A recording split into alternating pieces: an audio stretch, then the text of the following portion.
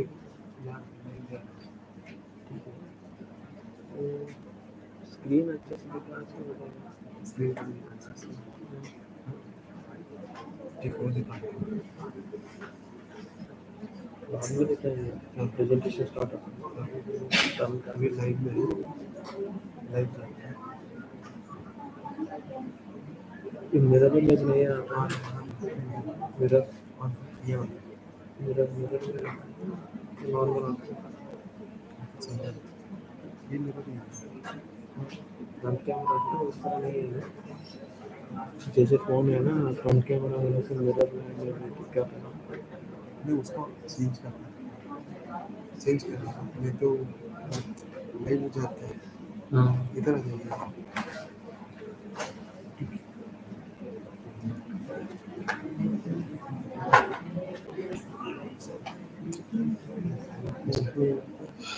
देखिए आपको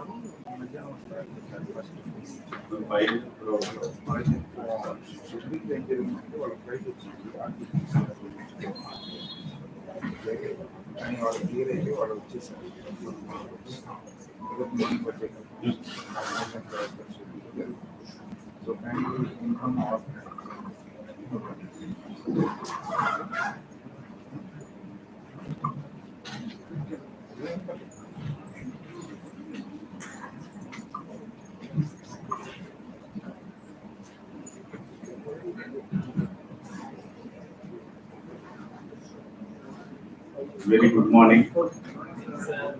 At the outset, I welcome you all to the 6th day of Vigyan Sarvatra Pujyate. Today is a theme is the next 25 years. What we are going to do, what to do. And today we have with us Chairperson Dr. Ravichandran, IFS. He is a senior officer in the Department of Environment Forest. He is here in the third tenure. We have long association with him, especially major activities, especially census and conservation of terrestrial and marine ecosystem. He is very close with our department. Whenever he is crossing this road, he will come down to our office and we'll have long discussion whenever he comes. And also he is very supportive to our department. On behalf of ZSI and on behalf of Director Zoology Research of India, I welcome you, sir. And we have invited speaker, Dr. Viswas Janani from CSR TKTL Lab, New Delhi. She also is here. And we will be having total 3 talks in the first forum session. One is traditional knowledge, another one is forest activities in Andaman Nicobar Islands, and the role of National Institute of Ocean Technology and their achievement by Dr. Vinith Kumar. So with that few words, I am handing over the session to Dr. K. Ravichandran, sir, please.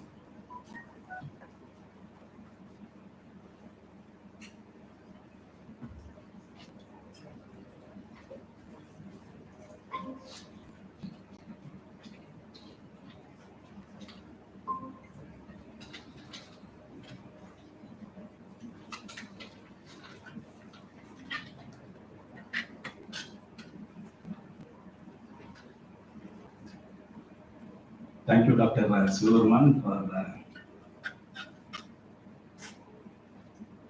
giving the introduction about this session and also about me. Indeed, it's always my pleasure to be with young minds, particularly the students, academicians, researchers, and scientists. Because I started off my journey as a scientist before joining the Indian Forest Service. I was working in Wildlife Institute of India as a faculty. Then subsequently I got into the service. So in the last 25 years or so, I have been closely associated and closely working with scientists, researchers. So it's my privilege to be here. Thanks for Dr. Silverman for giving me this opportunity to be with you. As we all know, we are in our 75th year of independence and we are celebrating the Azadi Ka Amrit Mahotsav. As part of this celebration, Azadi Ka Amrit Mahotsav, so we are also celebrating the Vigyan Sarvatra Pujyate. It's a week-long celebration. It means science and technology is revered by everyone and all. This celebration I heard it is being done at 75 locations across the length and breadth of our motherland. Andaman has also been selected as one of the locations. This place is really a good place and it has vast natural resources besides other importance. Thanks to organizations like Anthropological Survey of India, the Botanical Survey of India, the Zoological Survey of India, NIOT, then Central Agricultural Research Institute, then we have got Fisheries Survey of India, and the presence of Pondicherry University. With all this eminent organizations' presence in the last several decades, a lot of knowledge and technologies have been brought out from these islands, and we are grateful to these organizations in furthering the cause of science in their territory. Tomorrow is the culmination day for this week-long celebration. It culminates on the National Science Day. 28th February is celebrated as the National Science Day, one Vigyan Divas. This started way back in 1987 in order to remind the stakeholders and all walks of life about the importance of science, inspiring the people of all ages to work in the field of science. I am sure the week-long celebrations of one Vigyan Sarvatra Pujyate not only showcase our country's competence in the field of science, but also I am sure it will attract many young minds like you and motivate you to take up science as your career. I am told that 3 presentations have been lined up under this session. Apart from the scientific knowledge, the indigenous traditional knowledge also plays a major and vital role in coming out with several practices and technologies. So we have eminent scientists here who is going to throw some light on the issues related to traditional knowledge. You all know that we have a very rich scientific tradition and scientific heritage, which goes back to more than 6,000 years BC. We have, in the last 75 years, we have progressed in almost all fields. You name any field, our technological and scientific advancements are there, be it agriculture, be it irrigation, made science and technology, space research related issues, information technology, even on climate change, biodiversity, and environment related aspects, medical research. Oh, I forgot to mention you, we have a center, Indian Council of Medical Research also. They are doing pioneering research in the field of medicine. So I acknowledge their presence here also. So we, with this organizations, with this advancement in this arena, our country is marching towards achieving leadership, and we want to have self-sufficiency, Atmanirbhar Bharat, our Honorable Prime Minister's vision. We have to work, uh, we all these institutions, departments should come together and come out with a lot of advancements in science.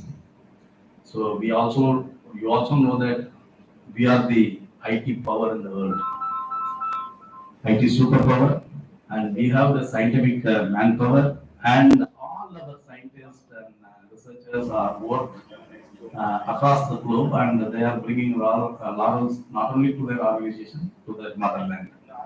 I am sure we all fight for a giant leap forward in science and technology. With this word, I request Dr. Viswajanani to speak on traditional knowledge and its relevance in contemporary times. Thank you so much.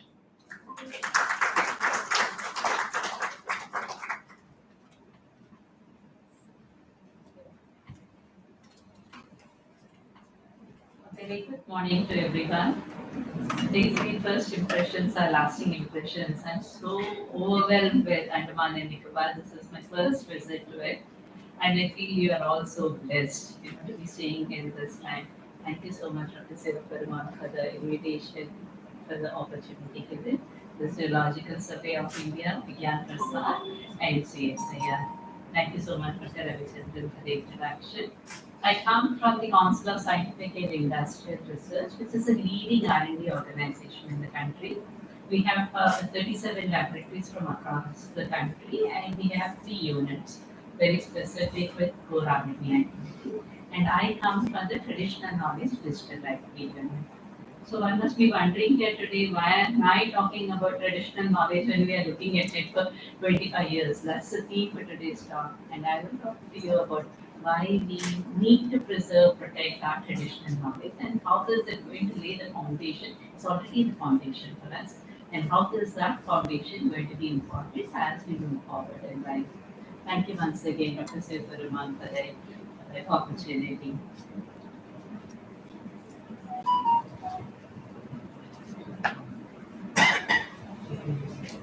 Yes, yes.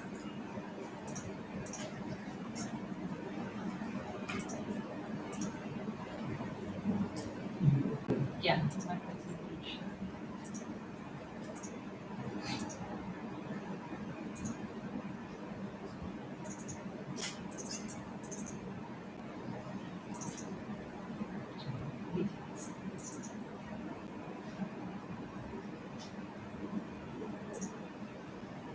What shape is it?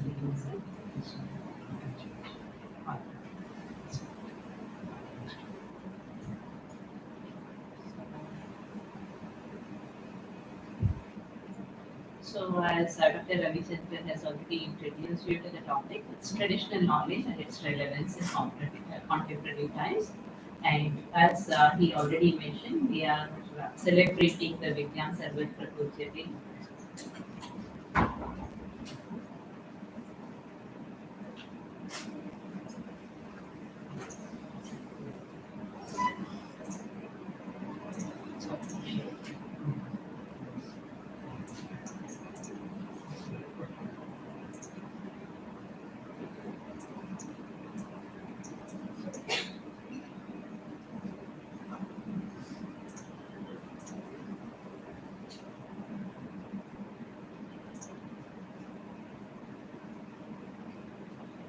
So we are celebrating the Vigyan Sarvatra Pujyate as part of the Science Week Festival. And it is indeed my great pride to talk to you about traditional knowledge. So one must be wondering why traditional knowledge. I think all of us, are very intimately associated, emotionally associated with what our culture and traditions are, and that is what is the spirit, Indian spirit in us. And we believe Loka Samasta Sukhna Bhavantu. It's not just we who needs it to be, having all good health and wealth. We think that everyone around, it's not just people, the animals, the birds, the plants, everyone around us needs to also live in good life. And that is the motto of our Indian philosophy, traditions and culture. So with this, I'd like to also draw upon, the importance and the vastness of our Indian traditional knowledge. When we talk of Bharatiya Gyan Parampara, one would appreciate that it is not limited to either food, medicine, or certain aspects of Vedas and literature and all that.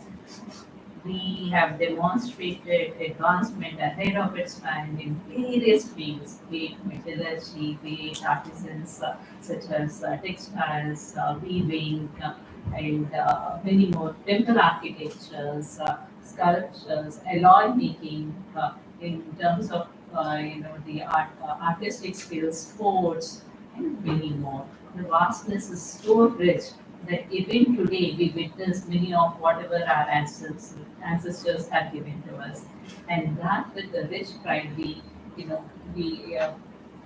appreciate and rejoice that. So if we are talking of traditional knowledge, so we all keep very often talking about traditional knowledge, but is there any definition as to what we call as traditional knowledge?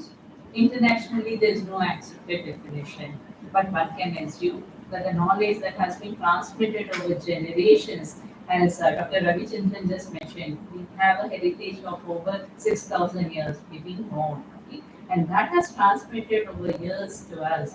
And here we are still witnessing what our forefathers have given to us. And this knowledge is what is called traditional knowledge. It can cover, literature that has been handed over to us in terms of various fields, be it systems of medicine, food, metallurgy, and many more. Or it could be, skills that have been transmitted by sheer word of mouth. Even today, when we are talking of indigenous knowledge or oral traditional knowledge, it is still passed on from generations to generations by mere word of mouth. And sometimes we also call a subset of traditional knowledge as traditional cultural expressions.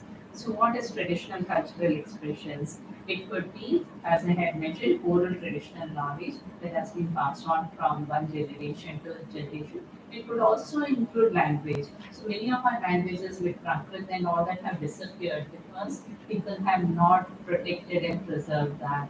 And it is just one key example. There could be many, many more languages. The Ministry of Culture is making a lot of efforts to protect and preserve many of the knowledges wherein we have very few people even now.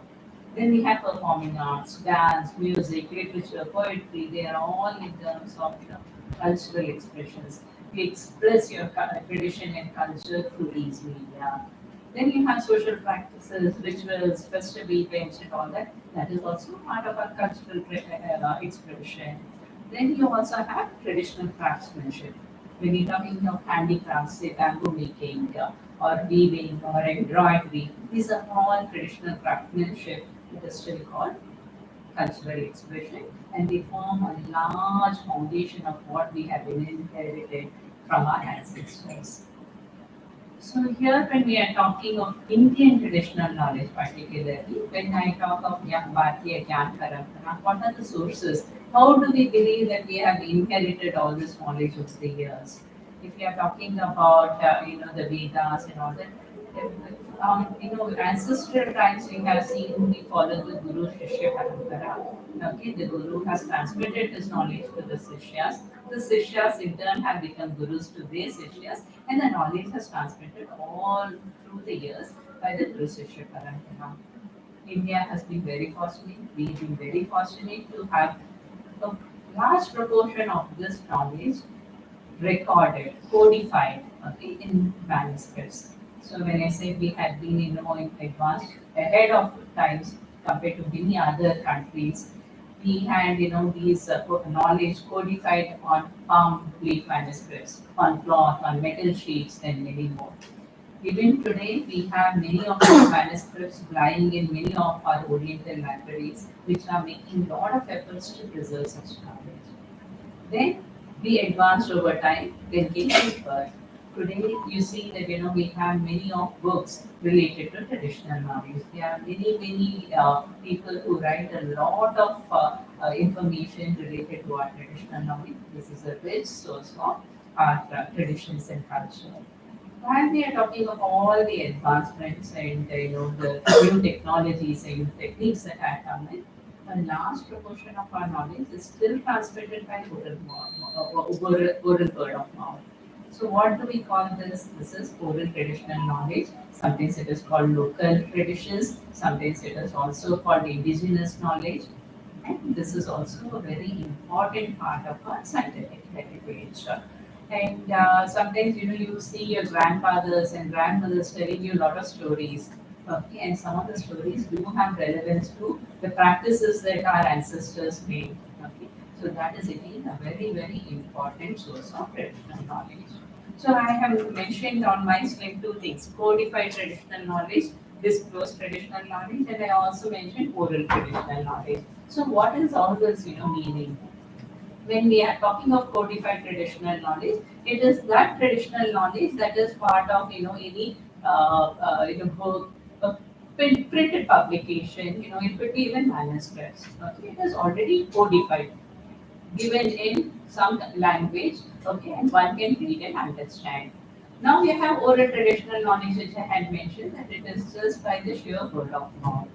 In between the two is what is called the disclosed traditional knowledge. Say I gather information from a community, okay, which has been holding that particular knowledge for several decades. Okay, I go and as a scientist, I ask them, sir, can you please share this information with me for this purpose and all that. They disperse that information to me.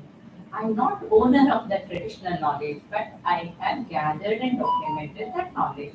So it is called disclosed traditional knowledge because the community or the individual who has been holding that knowledge has disclosed that information to me. So why is this all important will come in the next few slides, and I hope to make my presentation useful to you in terms of its relevance. So here today we are celebrating the Azadi Ka Amrit Mahotsav. Okay, that is India at 75. Okay, 25 years ahead of its time, we are going to have the India at 100. This 25-year period we are calling the Amrit Kaal. Okay, and this Amrit Kaal we want to use it efficiently to ensure that we shine at India at 100, to ensure that we, as Dr. Ravichandran also mentioned, Atmanirbhar Bharat. This Atmanirbhar Bharat is not only for India's welfare but for global welfare also.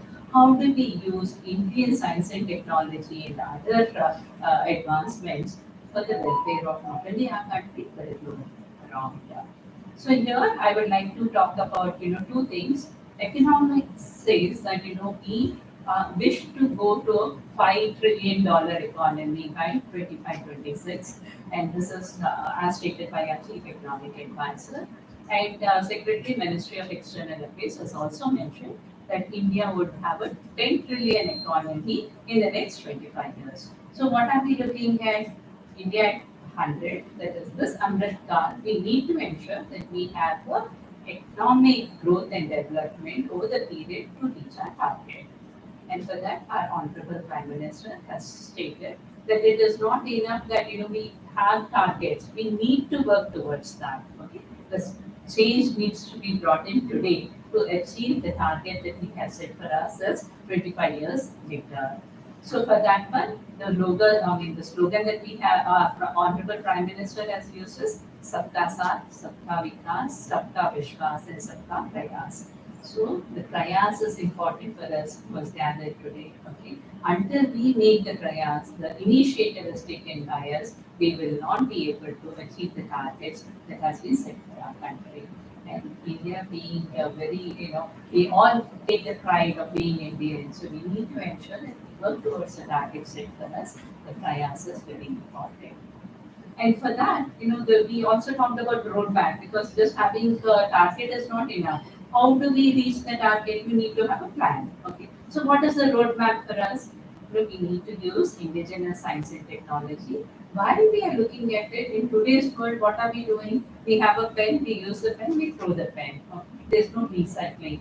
Whereas our ancestors, if you see, everything largely had been local resource based and everything had gone through what today we call a circular economy. It goes through an entire cycle. Only when the waste is really waste, it is thrown out. Okay, but here even with one use, we are throwing out. So for that one, we need to ensure take, make, use, dispose goes through a circular economy, and we need to work towards that. How can science and technology help in that? Okay, and the next slogan that we had used was pro planet people. We need to respect our planet, and for that, people's efforts are important. We need to ensure that whatever we do is pro planet people. So with this mantra, okay, we are looking at Indian economy, we are looking at the socio-economic development in the country, and as you look, we are also facing a very critical situation of COVID-19. Whatever growth we had seen in the last several years took a little plunge because of the COVID-19. But then we have been very fortunate with the concerted efforts of the government of India. We are seeing a rise again. Okay? That is what the recent budget speech by the finance minister also indicated. And we need to now, our responsibility is to maintain that growth. Okay. And how does, when we are looking at the plethora of things, we need to make sure that, every small thing adds to the economy. A little drop of water makes an ocean. Okay. So everyone's effort will be counted when we are looking at India's growth and development. And for that, when we are talking of India, we are largely an agrarian society. That is 70%, 60 to 70% of our population is from rural areas. So rural economy becomes very, very important. And for that one, what are the key pillars for rural economy? Is of course agriculture. Okay, as all of you would also understand, agriculture is a very, very important part of our economy.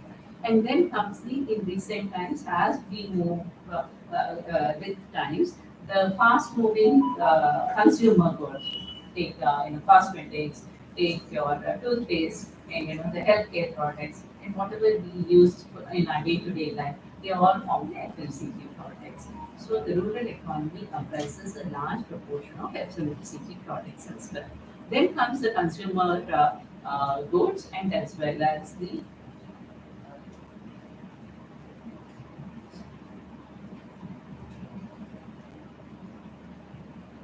banking. So here when we are talking of consumer goods and when we are talking of rural economy, it is not what is created in the rural areas. It is also the consumers from rural areas comprise the rural economy.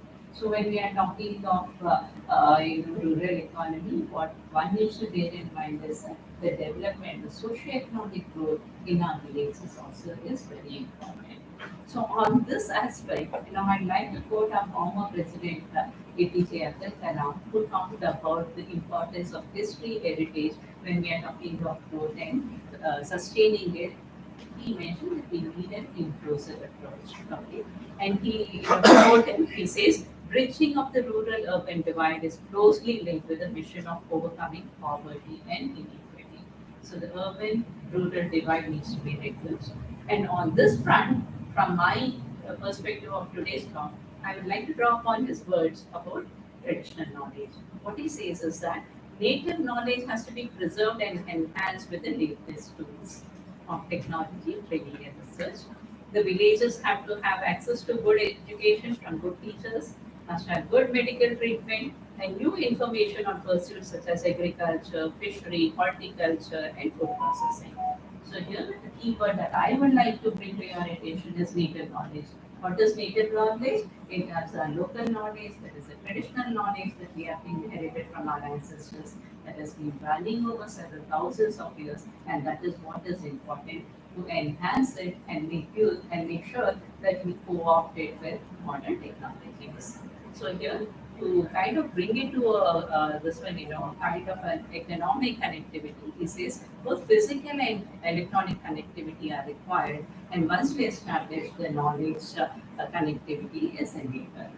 So here, way back in 2011, he stated that, and today we are talking about the importance of traditional knowledge and highlighting how it can help as we move forward in time. From a traditional knowledge perspective, I'd like to draw the attention of all the participants to what we call as Arogyam Paramam Bhagyam, Swastham Sarvatra Sadhana. In English, we say health is wealth.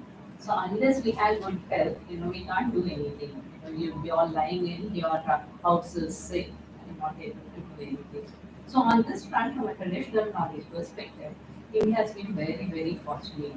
We have several systems of Indian medicine, all based on local resources of the time. And the key ones are Ayurveda, Siddha, Unani, Sovarexpa, which is used in the northern Himalayas of our country. And of course, homeopathy we had adopted, which has German origins. In addition to that, when we are talking of wellness, health and wellness, yoga and naturopathy also constitute picture. Okay. And these are all the Indian systems of medicine that have reference over thousands of years ago in our Vedas, and as well as we have specific Samhitas, Charaka Samhita, Shrishita Samhitas. These are all our codified textual knowledge that comprises of our Indian systems of medicine. In addition to that, we have what is called local health traditions, that is folk knowledge. Okay, folk knowledge is also very important because if you go to rural areas, you may not find doctors. It is the local vaidyas who help, who help people in overcoming the distress or disorders of that they face. Now, when you are drawing a concordance or a parallel with modern systems of medicine that we call allopathy in those terms, when did it come? Only in the 18th century, especially after the Industrial Revolution. So we are talking of something we are comparing our traditions that have been in existence for over thousands of years with what we have recently come with in the 18th century. But however, when you are talking of today's scenario, modern medicine is what is predominant, okay, whereas the other systems of medicine is largely being used from a wellness perspective, not from a disorder, disease perspective. So why is that imbalance here? If you are talking of even modern medicines, when you are considering about, about 20, 30 years, 1981 to about 2019, close to about 1800 drugs were formed under the modern medicine regulatory pathways across the globe. Okay, when you are looking at 1800 new drugs that have been developed, if you look at the natural product-based botanicals, 14 of them are there. Natural product is about 71. Natural product derivatives are about 360. Natural product units are about 207. So you see there is a large constituent of even today's drugs which are based on natural products. Whereas our Ayurveda, Siddha, Unani, they are all being based on only natural products, the plant resources, the mineral resources of the time. So we need to have enough respect for our traditions and as well as the practices in our country. And I would like to give a very specific example. If you are talking of Triphala, this is a drug formulation under the Ayurveda. It is a very versatile formulation. Depending on the carrier of it, it has a very different effect on human disorder. Say, for example, I use Triphala with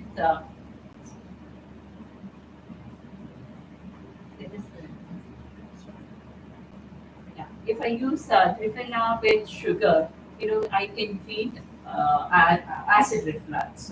When I use it with honey, it is used for kapha. Okay, and then if I use it as a powder, it can be used for skin disorders. And and if I use it with oil, it is used for. I'm sorry, the screen is very.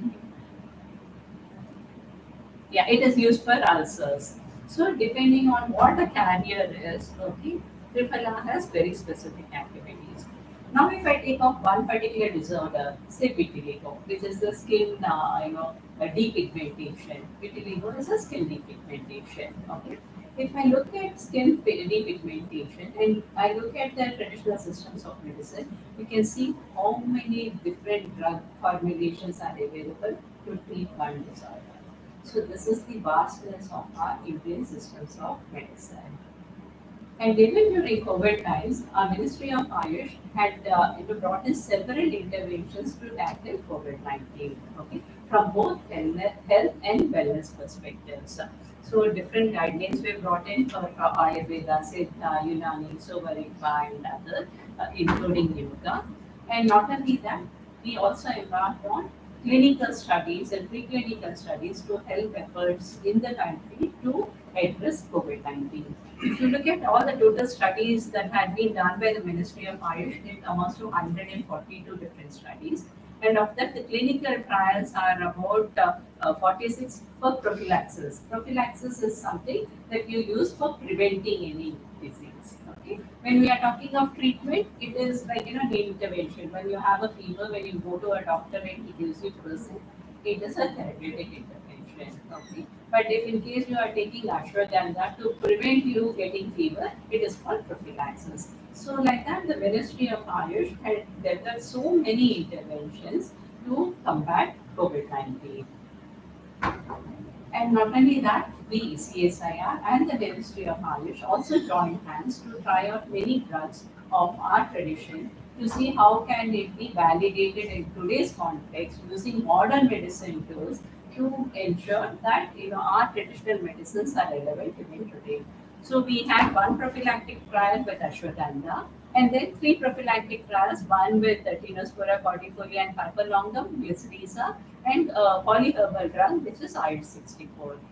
And what we did is that we undertook clinical trials. To prove a drug that it has an effect that it is perceived to have, we need to do clinical trial. Clinical trial is done with either healthy volunteers or with patients depending on the case. So when we are talking of prophylaxis, we use it for healthy volunteers. When we are talking of treatment, we use it for patients. So here we had used ashwagandha, healthcare workers, and for whoever were infected with COVID-19, we use these three drugs, that is Tinospora cordifolia, Glycyrrhiza, and IL-64. And based on the results, I-64 has been found effective in COVID-19. It can handle in mild to moderate COVID-19 very well. And because of this, the Ministry of Ayush is distributing this drug across the country. The results from the two other drugs are also being studied to understand its efficacy. Now, when we are talking of ashwagandha as a prophylaxis, that is to prevent, okay, we also undertook a clinical trial, again a multi-location clinical trial with 400 subjects from across the country. And based on the clinical study parameters, we found that ashwagandha is equivalent to hydroxychloroquine. Okay. So this is to emphasize that whatever we've been talking in the past, that this particular drug is good in Ayurveda, this particular drug is good in Unani, this particular formulation is good in Siddha. By doing a clinical trial, we are able to validate and say that these particular drugs that we have been using since generations are relevant even in today's context. All of us know that yoga is something that we all need to practice to keep ourselves fit. Okay? And very often we say that even I say that, but how much do we practice? Practice is very important because the very recent study that has been done in and published in Proceedings of National Academy of Sciences of the USA. Okay? They showed that yoga has a very strong link between the immune system signaling and as well as the immune function. Okay. And based on that, we see that once we practice yoga, it is not just the body, the mind and the soul is also advanced. Similar is the case when we do meditation. So it is all to highlight that our traditional practices are relevant even today, and we need to continue with the foundations that our ancestors have given us. Moving over from health and wellness, I'm moving into agriculture and traditional practices because I did mention that we are an agrarian society. Agriculture is very important to us. In today's context, we have a very divided agriculture market. We have a very niche market that is saying organic farming. You have organic fruits. We have organic vegetables. You have organic fruits, and many more. When you go back and look at our traditional practices, much of our traditional practices, as I had mentioned, had already that kind of a background because our ancestors focused at local resources and circular economy, as I said. The waste are recycled to ensure that it is well utilized to address the needs of that local region. So here I bring to you an example of a biofertilizer, Funam Jela, that is also used as a plant growth promoter.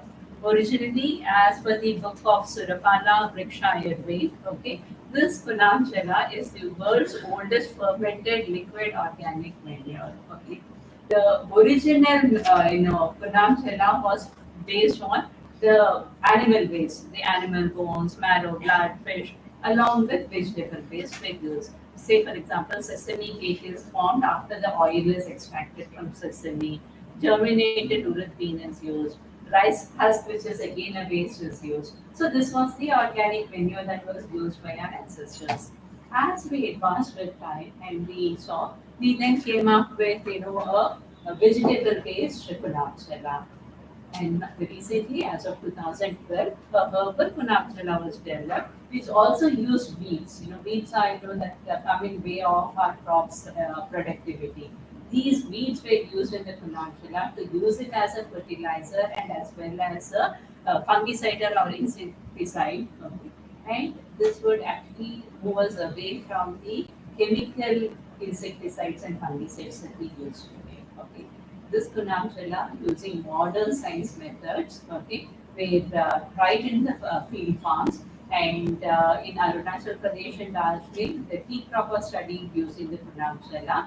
In other places such as Kerala, Rajasthan, Madhya Pradesh, Haryana, and Uttar Pradesh and Uttarakhand, other field crops, vegetables, fruit crops, and flowers were tried. Okay, the productivity increased between 20 to 30%. So this is the relevance of our traditional knowledge in contemporary times and as well as our post-specific times. One another example of how our traditions have helped us over the years is about a rice variety. If we are talking of India, I believe India's home. I mean, there are varied reports. Some say about 20,000, some say 1 lakh rice varieties, some say 2 lakh rice varieties. Anyway, Dr. Richaria, he had collected about 19,000 such traditional rice varieties, and he has preserved the germplasm. If I talk of a particular district of India, that is Wayanad in Kerala, this had been home to about 75 different traditional rice varieties. Over a period of time, it came down to only 20. So, the MS Swaminathan Research Foundation, MS Swaminathan is also called the father of green revolution in India. His foundation had brought up a rice seed village program, and under that, the traditional rice varieties, which have both medicinal and aromatic value, they have been developed and preserved. Every seed village will cater to about 2 farming families, and they actually conserve 3 to 5 traditional rice varieties of that particular region. So far, under this program, over 300 farmer families have been benefited, and over 1,250 farmers have been benefited. They have access to the quality seeds. Not only that, it has got recognition under the Protection of Plant Varieties and Farmers' Rights Act under the name Genome Saviors. Two tribal communities, namely the Kurichi and Kuruma of the Wayanad district, have been greatly benefited by this program. Based on the success that had been seen in between 2011 and 2016, 25 such seed villages were established just to promote our traditional rice varieties. The other part, as I had mentioned under the rural economy, is the fast-moving consumer goods product. I just give you one example of how our traditional knowledge has helped a woman entrepreneur. She is just a 26-year-old girl. Okay, she has developed a company called the Good Leaf. That is the Deepika from Karur, Tamil Nadu. Okay, what she has used is moringa. Moringa is drumstick. in local terms. She has used the leaves, fronds, the drumsticks themselves, and as well as the roots. And she has made several FMCG products. Okay, and what she has done is she sources the raw material from the local farmers, and all the local farmers use organic farming techniques. Okay, so she has actually we created awareness and taught them how to cultivate drumstick in those areas. Now she sources the raw material from these farmers, and not only that, she ensures that a standard fair price is given. If you are, what is standard fair price is a fixed price. It is not dependent on which month of the year, when is the product produced, and all that. Throughout the year, a single price is given, and it is not based on any market fluctuation. So here, using modern technologies, our traditional products have been developed and also being marketed across the country. Move on. When we are talking of agriculture, water is very, very important. In today's context, you see that we have high shortage of drinking water. Okay, and similarly, as a case for agriculture, you see there are a lot of farmers who reside in several parts of our country. Okay, and why is it so? I think some of it is because we had neglected our conservation methods that have been traditionally been observed in our country. So I will not read out all these things. This is only to provide you a glimpse that traditionally we had been collecting rainwater and floodwaters, and appropriate structures and methods were used depending on the local resources. It could be based on climate, rainfall, geographical region, soil, and many more. And all these conservation methods had provided, harmony during the times. And I think we need to learn from that. So the next three slides are all on the water conservation methods, just to give you an idea that across the country, how different regions adopted different methods just to make sure that we conserve water. Water is the most essential in our lives. And this, in terms of the relevance today, when we are talking of Jal Shakti Abhiyan, I'm sure our traditional conservation methods will come very handy. I did mention that India in several domains had been advanced, and ahead of its times compared to many other countries. So, a classic example is our metallurgy. The metal making processes or the alloy making processes of India stand out. Okay? Today, if we are talking of the iron pillar of Delhi, or even from here, Madhya Pradesh, okay, they are the rustless iron, even after thousands of years. Okay, so this attracts the interest of everybody. A group in Australia had looked at our iron making processes, especially from the Agaria tribes. This Agaria tribes is only involved in making iron. Okay, and using their samples, they did a lot of scientific study using modern methods such as correlative microscopic analytical studies, spectroscopic study, diffraction studies, tomographic techniques, and they found that we have a very superior iron making process compared to many others, and this is proven by a modern scientific study.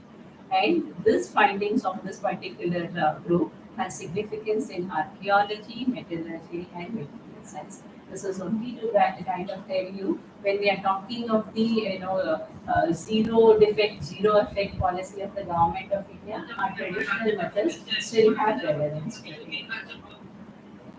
The other very important one is sustainable infrastructure and architecture. Today, we see a lot of natural disasters happening in the country, be it floods, be it earthquakes, and all that. But then certain of our structures that have been, developed by, established by our ancestors still stay strong. One example is about the Tabo Mud Monastery in Spiti Valley of Himachal Pradesh. Okay, this has been made based on raw earth, water, and fibrous materials like straw. This was, made in 10th century. It is standing even today despite several natural disasters in that particular region. Now, if we are talking of Bhuj, I think most of you students are aware that way back in 2001 we had a major earthquake in Bhuj, Gujarat. Okay, and we lost several lives. So when after the natural disasters, we actually kind of have a rebirth. Okay, we look into many things, and here when we were rebuilding Burj, okay, our traditional methods in handling. So what they had developed even today it is existent are the traditional bungas. Okay, these are circular plant structures made of mud bricks. Okay, and here the interior is made of tree branches packed with mud.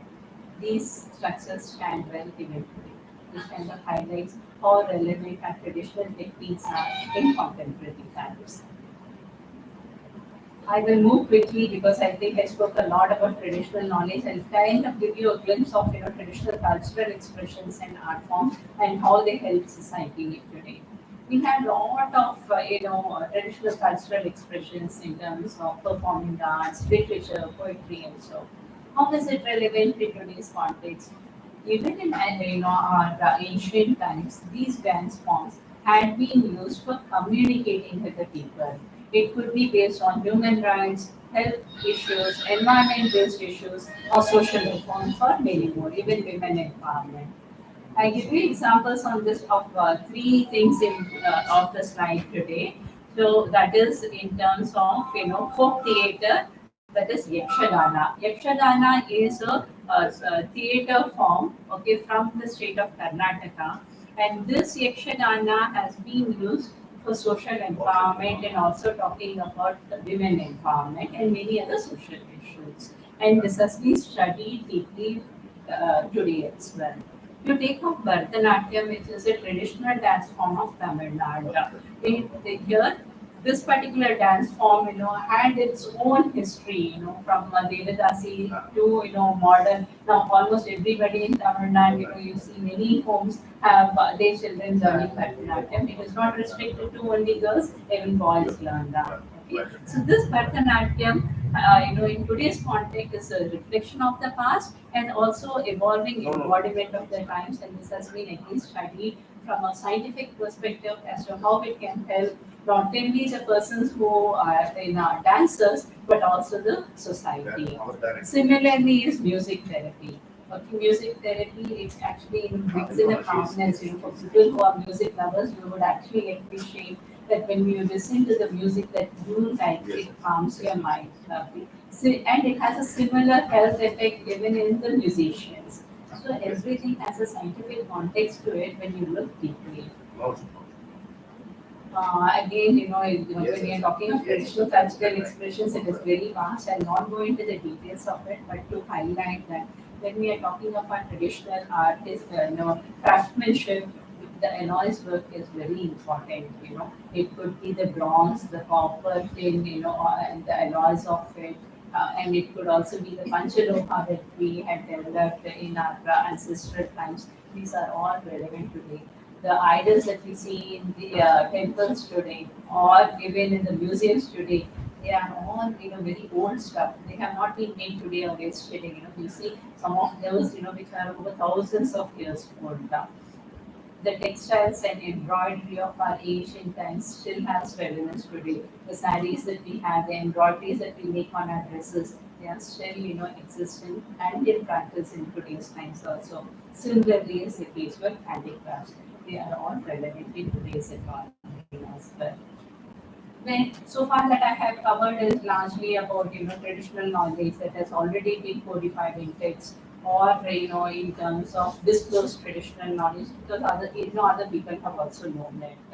The other form that I have mentioned is the oral traditional knowledge or the local practices. Okay, I give you a couple of examples on the local practices before I close my talk here. So this is about a practice in Himachal Pradesh, and this is about a plant called lantana. Okay, in Hindi it is called the Rai Munia Rai. Okay, and it is one of the 10 worst weeds of the world, especially Himachal Pradesh. It is highly invasive. It can grow anywhere, and it grows very fast as well. Okay. Unfortunately, this lantana species causes toxicity. When the animals graze, and they eat the leaves, it causes poisoning, and it includes skin disease, photosensitization, and constipation. You know, there might be modern methods to take care of the lantana poisoning. where the local people use their local traditions to take care of the lantana poisoning in their animals. What do? They drench the animals with sour lassi, that is buttermilk, okay, or buttermilk with mustard oil and amla, and they also give the animals the root extract to cure the poisoning. Sometimes, it could be very barbaric to at least people like me. They cut off the ears of the goat and sheep which have the lantana poisoning just to ooze out the blood so that the poison is excreted out. Okay, and then they apply mud to stop the bleeding. So these are all the local traditions that has been going on for several years, okay, and they are in practice even today. Now, when we are talking of climate change, I think the buzzword today is climate change. Everything is changing. If we get rainfall during a period where we don't expect rainfall, it is due to climate change. When we expect rainfall and we don't get rain, it is again climate change. So here our ancestors have been, extremely knowledgeable about the climate change and how to prepare for climate changes. So here is an example from northeast of our country, especially from Assam, where the ancestral, older generation still are able to predict whether the state is going to have floods or not. Okay, so some of the things that they see is that when mango blossoms are in abundance, it indicates floods in the year. When there is abundant jackfruit during the time, if they say it has a less chance of floods. Cows suddenly becoming restless, running around, they say there is a sign of impending rains and floods. When the frogs start croaking uninterrupted, or there are small ants that appear, it is a warning of heavy rains and floods. And when there is no fish or very little fish in the water bodies, again they say it is a sign of flooding this year. Okay, and depending on the wind direction, the height of the clouds, they say how much high in the sky, how much rain will it have, will it result in flooding? Because once there is flooding in the higher regions, it's always going to come down. So this is local knowledge. Some of it may not have any scientific validation at this present time, but it is still practiced. Okay, and in fact, one of the youngsters of that particular village says that while he looks into the modern weather predictions, he also listens to what the elders in the village say, and he says that whatever the elders say have almost about 80% correct in their predictions. So this is the relevance of what we have as local traditions. Coming to Andaman and Nicobar, I think all of you are aware of the tsunami that happened in 2004. Andaman and Nicobar has a lot of tribal population, indigenous inhabitants, and who are extremely known for their unique knowledge. I believe some of them don't even come in contact with us at all, okay? But they possess such unique knowledge for their own survivals. So in during the tsunami of 2004, what I am given to understand is that there are about 2 or 3 tribes who survived despite being in very small numbers, because they understood about the earth movements, the rainfall, and during the tsunami when the waves were hitting the lower land, I believe they went deep into the forest to a higher land to survive.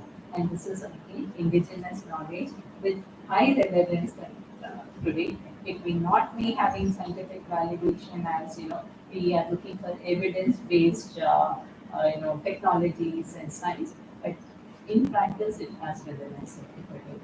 So I'd like to close my talk by saying, quoting Steve Berry, an American novelist and former attorney, he says a concerted effort is required to preserve our heritage, which is a vital link to our cultural, educational, aesthetic, inspirational, and economic legacies. All these things are quite literally make us what we are. I think Indian traditions and culture make us what we are today. We need to be very proud. In today's talk, we said Vigyan Sarvatra Pujyate, that is, science is revered by all and at all times. I would say our Parambarik Vigyan is revered, Sarvatra Pujyate will have relevance to not only today but to future times as well. So we need to protect and preserve it. The effort that we do at CSIR, that is the unit that I handle, is the traditional knowledge digital library unit. We document all the oral traditional knowledge because our oral traditional knowledge is in very diverse forms different languages, what we do is that we create codes of it and then preserve that knowledge in the form of a digital library. This information is available in English, French, German, Japanese, and Spanish. And because of commercial reasons, we have started with Indian systems of medicine because other countries started patenting our knowledge. When somebody patents our knowledge, they are the owners. We cannot exercise our knowledge. To prevent others from patenting it, PKDL is used currently. And based on the government of India approval, we give the access of this knowledge to patent offices so that they do not grant patents on applications that they receive based on our traditional knowledge. Based on the efforts that we do at PKDL, several patent applications have been either amended, revoked, that is cancelled, withdrawn, or the applicants abandon their patents without progressing further. So that is the effort of PKDL. There is another government organization called the National Biodiversity Authority. They enact the Biological Diversity Act 2002. Under that, the National Biodiversity Authority is responsible for protecting, documenting traditional knowledge, that is oral traditional knowledge. So they go to the villages and collect that knowledge, and that is called the People's Biodiversity Registry. So when I talk of oral traditional knowledge, if one needs to understand that it is linked to people's livelihoods. Okay, so we just cannot go and gather any information and pass it on to any other person because we are going to take away their livelihoods. Okay, so for that we need to respect. So for that, what is very important is we need to have a prior informed consent of the knowledge holders, and when we are accessing that information, we need to also share benefits with them. So, in essence, when we are handling oral traditional knowledge, we need to do it with due respect and sensitivity because it is linked to people's livelihood. We need to have prior informed consent. We need to understand. They need to understand why we are documenting it, and we also need to understand their concerns as to what do they do. How do they want us to share that information with others? Everything needs to be there. And as researchers, scientists, we often take knowledge from the communities without acknowledging their contribution. Please ensure that the knowledge that you have gained from the local communities is their knowledge. Please ensure that we acknowledge it could be in form of authorship, inventorship, or partnership, or all everything together. Acknowledgement of the individual or communities that hold the knowledge is very important. Last but not the least, when we are accessing someone's knowledge, please ensure when you are deriving benefits out of that knowledge, to share the benefits with the knowledge holders. So this is the sensitivity that is required when we are handling oral traditional knowledge. Now coming to closure of the talk today, we started with the relevance. Why is it relevance? How are we going to move forward with the foundation of traditional knowledge the next 25 years? That is the unwritten. So here, when we are looking at the budget speech of our Honorable Minister of Finance, Nirmala Sitharaman, in 2002, that is just this month, early this month, the first vertical or key goal that she has mentioned to achieve this Amrit Kaal is complementing the macroeconomic level, focus with the microeconomic level, all-inclusive welfare focus. This is what I'd like to re-emphasize, all-inclusive welfare focus. We need to ensure that when we are talking of urban economy, we bring in rural economy. When we are talking of indigenous science and technology to help the path, we need to ensure that indigenous technologies include traditional knowledge. That is where inclusivity comes in. So, to close my talk finally, I am going to say that as we move forward, so now and ahead, integrating and co-opting, that is sometimes we may not be able to validate, we co-opt diverse knowledge, it could be traditional knowledge, it could be folk knowledge and modern knowledge. We need to bring all these together as a key driver for socio-economic development. Thank you so much for your patience. Thank you. Thank you.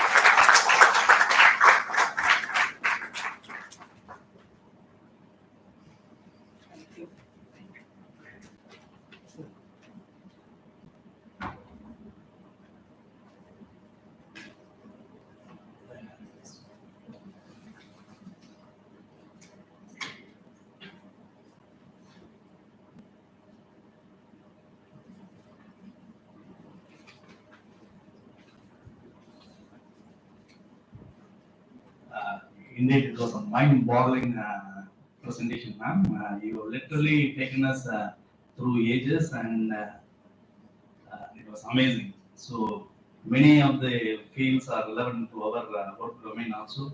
So you touched upon almost all issues related to traditional knowledge, be it in health and wellness aspect, the traditional animal health related issues, climate change related issues, then agriculture and traditional issues, then traditional rice varieties. So in fact, I have been to Aina, and we have seen the farmer. Now one farmer is very recently expired 2 3 years back, and he had collected more than hundreds of varieties of rice. Uh, the issue related to protection of plant varieties and farmers' right authority and their services in the field of protecting the traditional varieties of rice and other issues, and the traditional wisdom guiding climate preparedness. So we are all aware on this issue. Uh, Digital library is one big thing which CSIR is contributing. We need to document whatever available knowledge uh, in this sphere. So we are happy to know that more than 4.5 lakh um, knowledge base has been captured. Uh, some 20 years back, I happened to meet one Professor Anil Agarwal from Indian Institute of Management, Ahmedabad. He was floating one newsletter called Honeybee, Yes. and he used to document all the traditional knowledge wealth of the country. So now, no, from there, now if you see the CSIR contribution, it is really good. And you have rightly put it, ma'am. The traditional knowledge has to be saved in order, it has to be developed, preserved in order to progress in the field of socio-economic development. Uh, when you speak of inclusive growth, we can't ignore the traditional knowledge. So with this, I extremely grateful to ma'am for giving a lucid presentation on traditional knowledge and digital library in Indian context. So if any questions are there, we will take questions. Ma'am is here to answer a couple of questions. Yes, come. Give the mic. Give the mic.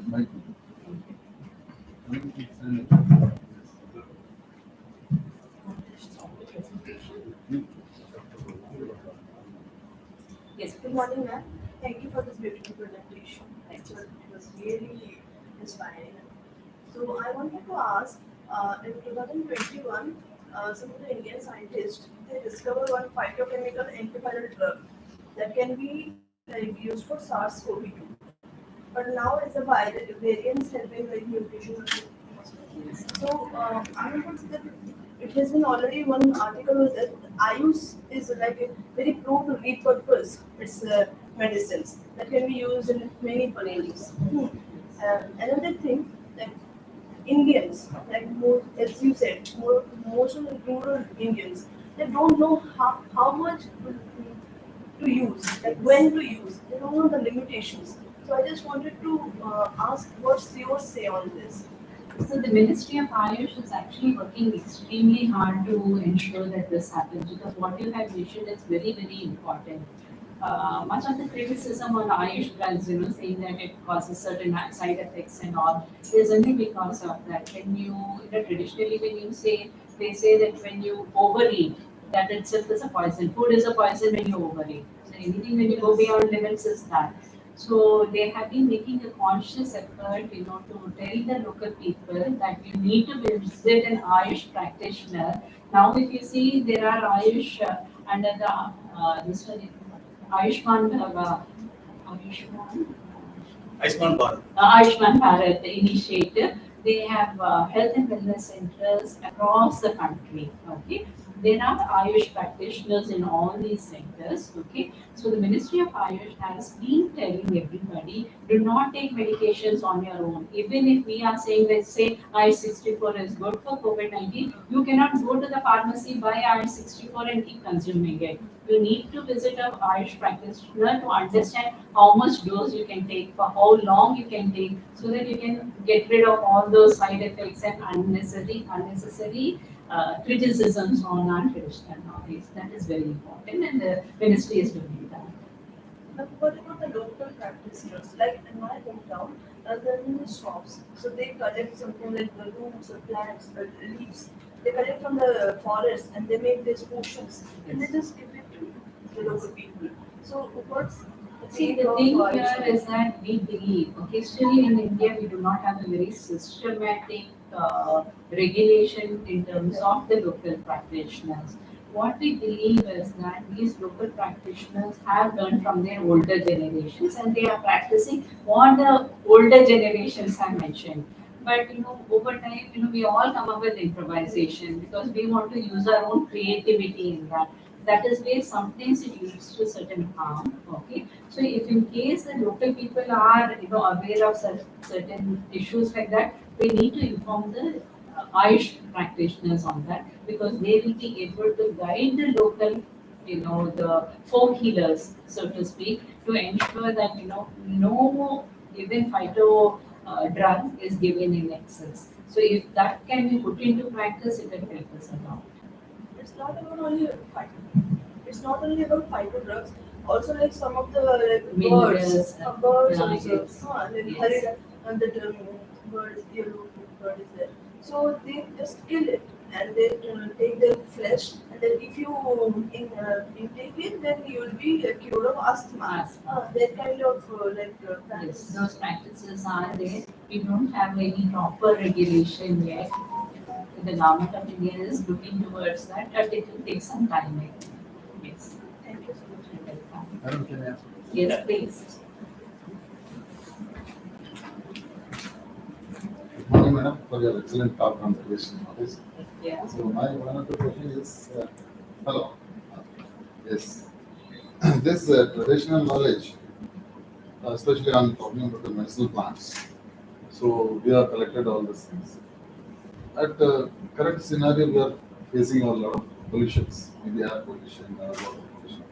So they must also affect the traditional Yes, plants. definitely yes. So whether the quality remains or whether No, it will definitely change. For that purpose, the National Medicinal Plants Board, that is NMPP under the Ministry of Ayush, is looking towards creating raw drug samples as well as quality planting materials. So CSIR is part of that particular activity also. So there is going to be analytical characterization of Definitely, the yes. that should That be. is going to be critical because Because- otherwise you will not know what quality drug you are Very, producing. very athletic. Yes. The other one is, see, the oral knowledge, oral traditional knowledge, whatever is we are getting, many times they become exclusive. They disclose only to the person who is very close to them. Yes. Or because that's why we lose a lot of. I don't know how much we collect and how we will be relying on those things. Because that also it is a livelihood, as I say. Yes. They were not ready to share also. And there are so many in villages, remote villages, they are doing that. Including this, you must have heard the Puttur bone setters, Yes, right? bone They setters. don't share their knowledge with anybody, We need to respect that. As long as they are able to communicate within their generations, I think we should let And that be. your in Andhra, that mostly treatment for asthma. Yes. So that is, I don't know what they put and they put a fish with the medicine With and they put medicine it. inside, And yes. many times, even trains also they are specially arranged for that. So, my madam, because this traditional knowledge, whatever we collect, and if it is goes even at a school children, school level, and at least they'll have some knowledge, something is there. So this is right from the schools. It should be if it is included, at least they will have idea what are these other things. So maybe after college level they know, but some things which is implemented in the industry. Moreover, all our kids are they are mobile one. Mobile. They are playing with the mobiles only. they never go to field and they don't play. In our investing, we used to run in the throw the bag in the house and we used to go for running. Now it is the other way around. Mothers, they bring them out to go and play. I So know. there is natural immunity. Yes. So that, We are losing on that, I that think. all are these are what all they are putting on weight, not losing weight. So that is the thing. That thing. So they have to be taught the importance of sports and all this. Yes. So I'd like to draw an attention to two things. Dr. Ravichandran mentioned Dr. Anil Gupta from Ahmedabad, IMM Ahmedabad. So he actually goes on his Shodhyatra. Shodhyatra is like almost a 10-day trip where he walks and I have joined on one of his trips, of course. Everybody walks through villages. We cover about 100 kilometers or so just by walk, okay, meeting local people, understanding. And he also specifically talks to children of the region to kind of brief them on, create an awareness that you need to respect, protect, and preserve your local knowledge. You can move ahead with modern knowledge. Nobody is going to stop that, but you need to also respect that. I think that is one thing. The other thing is that under the Principal Scientific Advisor to the Government of India, Dr. Vigyan, he has initiated a biodiversity health mission, biodiversity mission for health. Under that, the proposal is, it's still not rolled out. Under that, the proposal is that we include even school children, okay, college children, everybody will be included to understand the bioresources and document information on So that. most of the students, So most of the students will should get go into that. benefited. This is the mission Yes. main idea. Yeah, because otherwise you don't learn to appreciate the environment around you, okay? And also the traditional knowledge associated.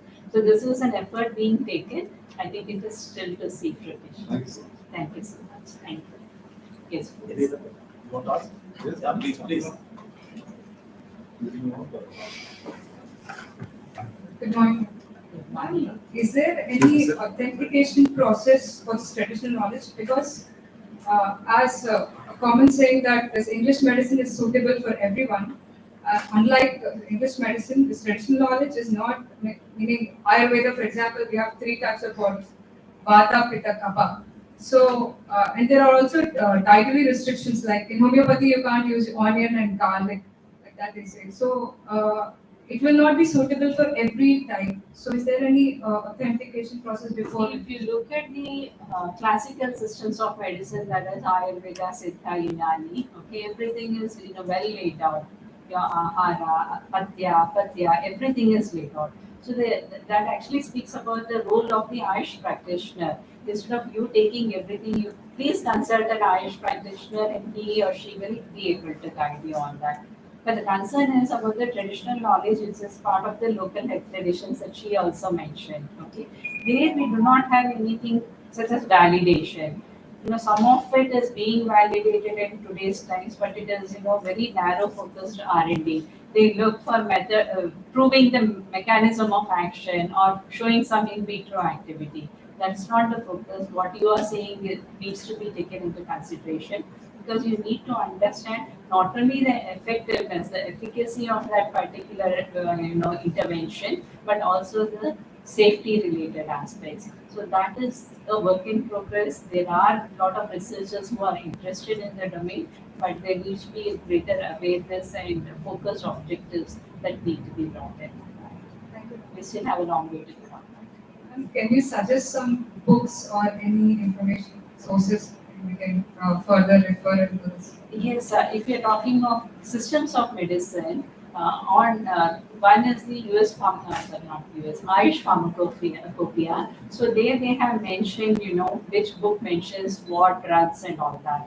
The other thing is that Articulator website. Okay, so as Dr. Ravichandran noted very well, we are close to about 4 lakh formulations already, and the books that we have referred to under Ayurveda, Siddha, Unani, everything is detailed out. So you will be able to get the list of books which are of prime importance from the point of traditional knowledge. Thank you. Thank you.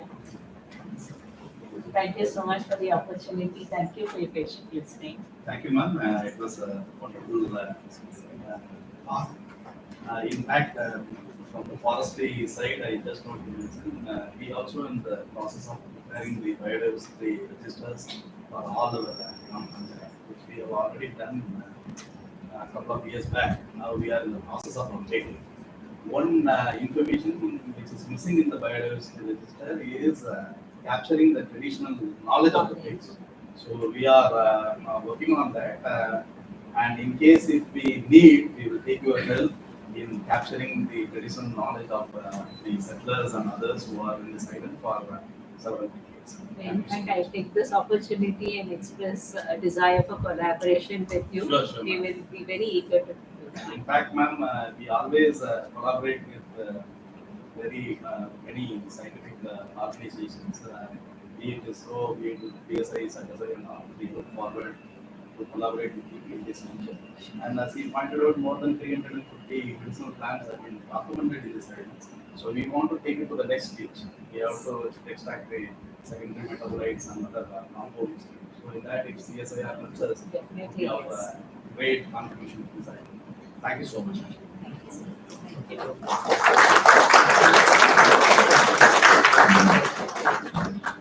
I'm requesting our chairperson, Dr. Ravichandran, to give the memento as a token of appreciation, token of love from Swami.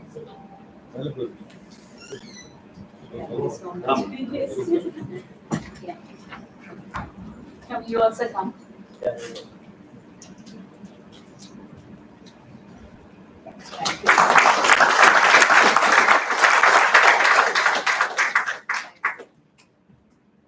Now we will break for a tea for 10 minutes. Tea will be served inside.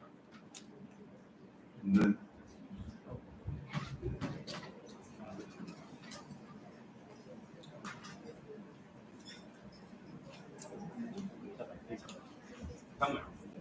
Yes.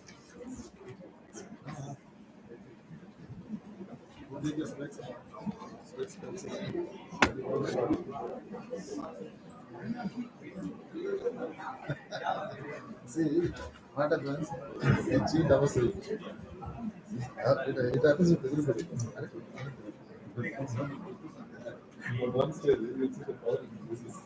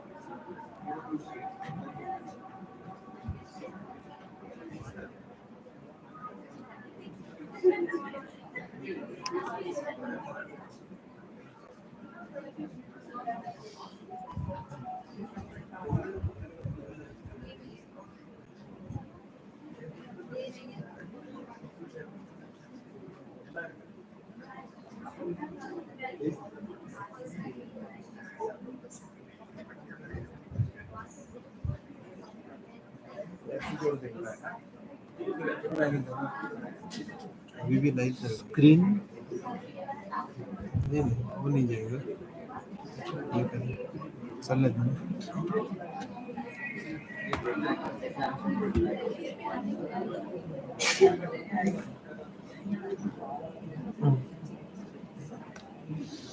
दिख रहा है main क्या है stand up है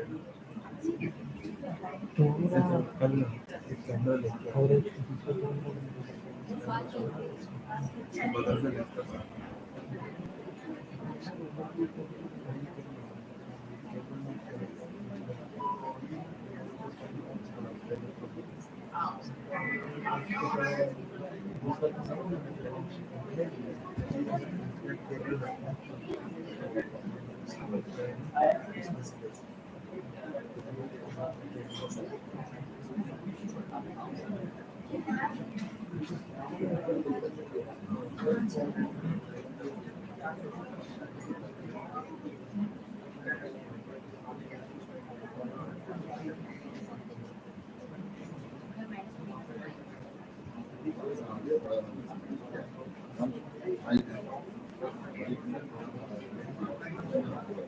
Hello.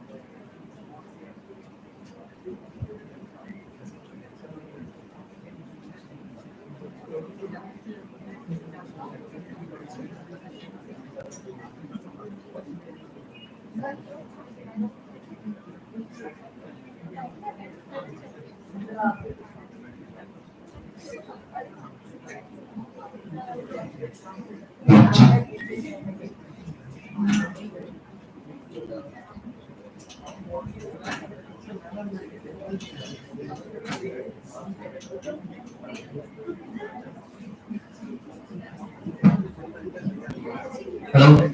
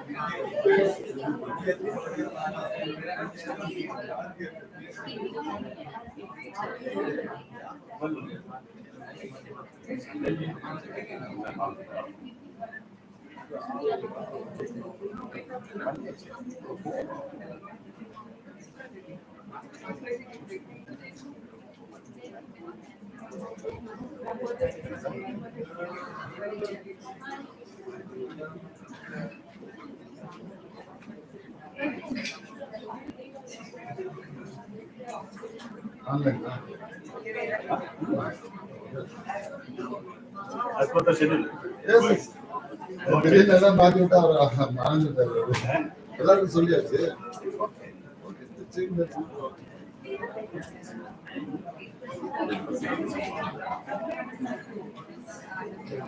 ஒரு மாநில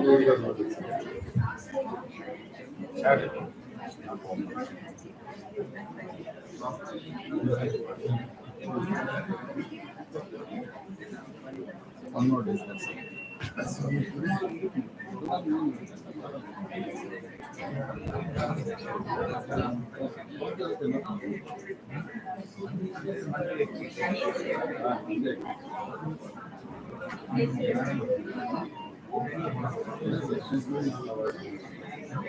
What's doing?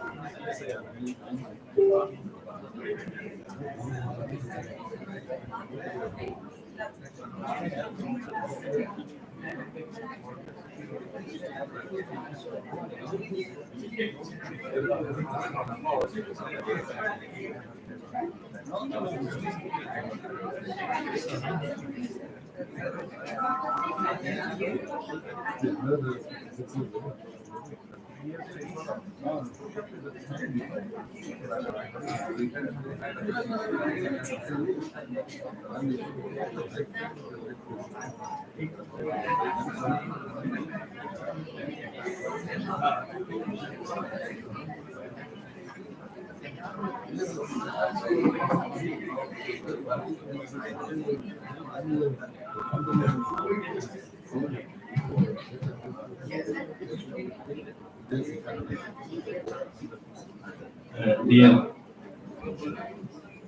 participants and friends, welcome back after having tea. Now we are having with us Sri P. Naveen Kumar, an Indian Forest Service officer,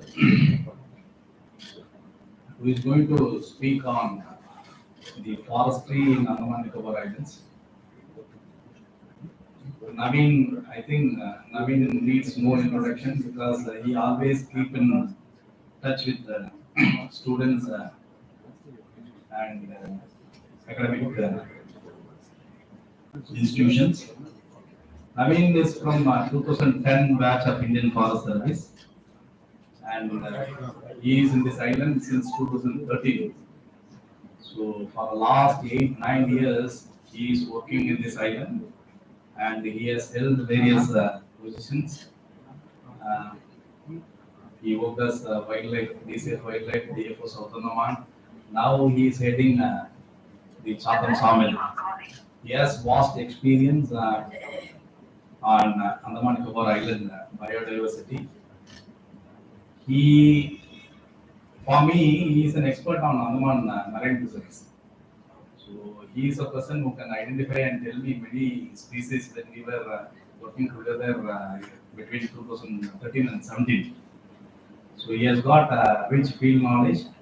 So he will deal with the entire forestry scenario of Andaman Nicobar Islands. With this, I request Sri Naveen Kumar to take the stage and talk on forestry in Andaman. Thank you very much.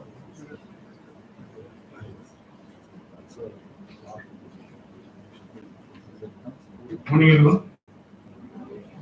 It is a real privilege to be present in this August gathering, and happy to be present here and present certain activities that have been undertaken by the department. And I'm especially privileged to be here in presence of one of the Dean of Forestry of Andaman, Dr. Sri Rajendra. So, sir had served here for quite a long time, and his knowledge will definitely, so a small interaction, even a chat over a cup of tea, will enrich your knowledge. So, may, whenever time permits, we use his presence. So, as a part of Vigyan Sarvatra Pujyate, I really congratulate Shivakarman for getting opportunity from the ministry directly for hosting this event, and he had brought in the targeted audience from across islands. He had brought in the rich resource persons from across country. So this indeed it is being celebrated in the right spirit, with the prospect to enrich all the younger generation with the scientific temperament as well as the scientific intervention that is happening all across the country in promoting scientific fraternity and dealing with day-to-day situation with scientific technology and interventions. So this 1 week orientation and workshop and the celebration will go a long way, which have been very aptly run by the Zoological Survey of India. So with respect to Andaman Nicobar Forest, we don't require per se an introduction or orientation per se about the department, because when you see the Andaman Nicobar Islands in any perspective, even on the map, if you see it is looking green, so it means it is full of forest. So with this aspect, like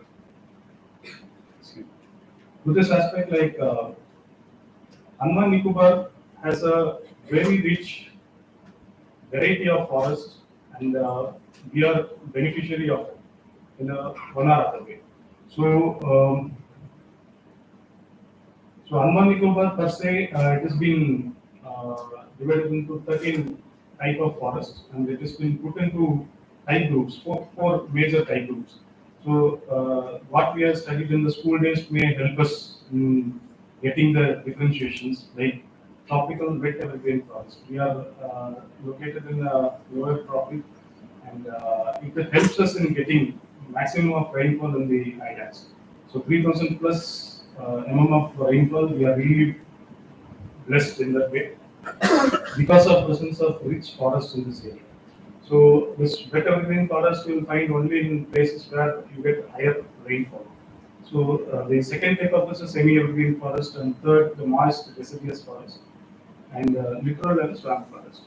The one peculiarity of Andaman Nicobar Islands, if you stand in front of flat point or at the Chatham Jetty, you can differentiate 3 to 4 different type of forest existing in the Mount Harriet peak.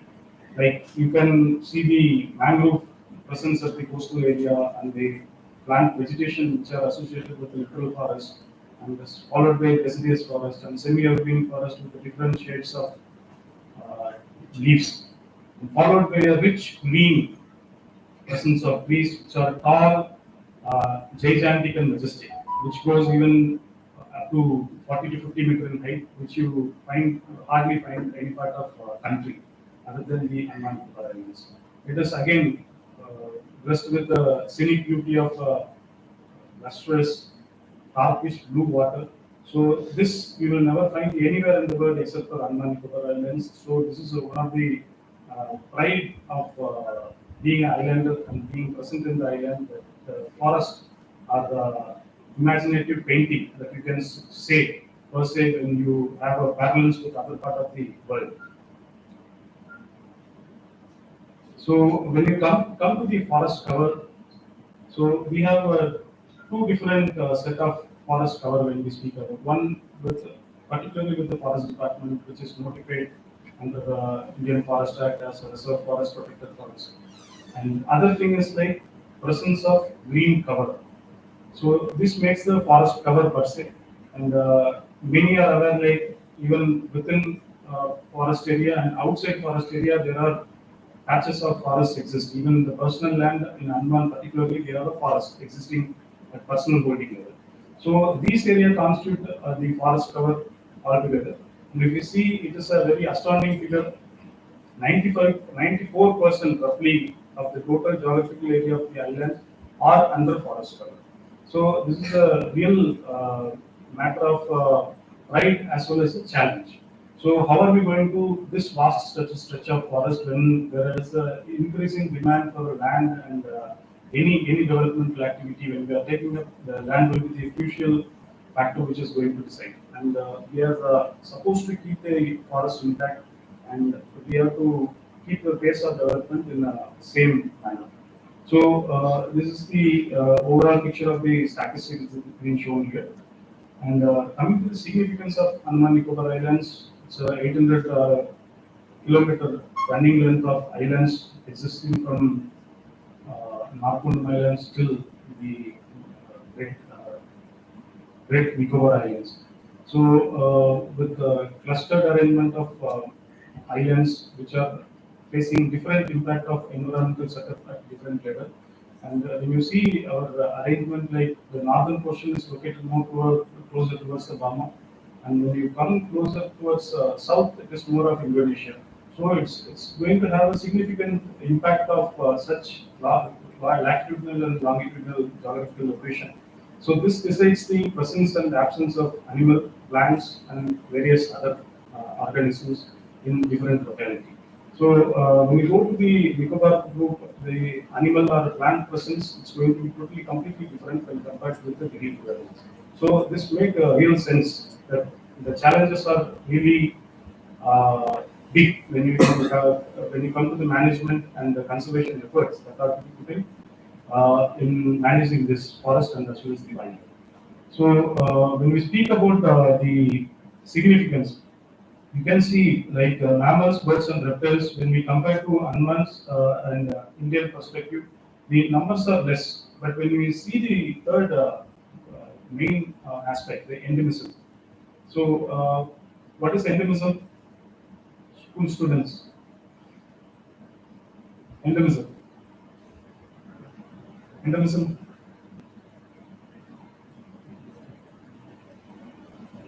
Javas are present only in Andaman, right? Sentinels are present only in Andaman. So this is called endemism in the simple terms. Like it's the presence of one animal in only one particular locality. It's not found anywhere else, right? So that is the significance here. Like the mammals, the Andaman mammals, if you see, they go it is only 62 numbers when compared to big numbers in India. But we have 60% of the 62 animals only present in Andaman and Nicobar Islands. Likewise, the plant species, if you see, though there are 3,300 approximately the numbers are there, 10% approximately it is present only in Andaman and Nicobar Islands. So for managing this resource, so what do we need? When you have a varied assemblage, one thing, the primary thing which we require is the recordings. We should have a total database about all the living organisms of our concern to be properly recorded and monitored. So our sister organizations like ZSI and ESA, they are doing a wonderful job in this.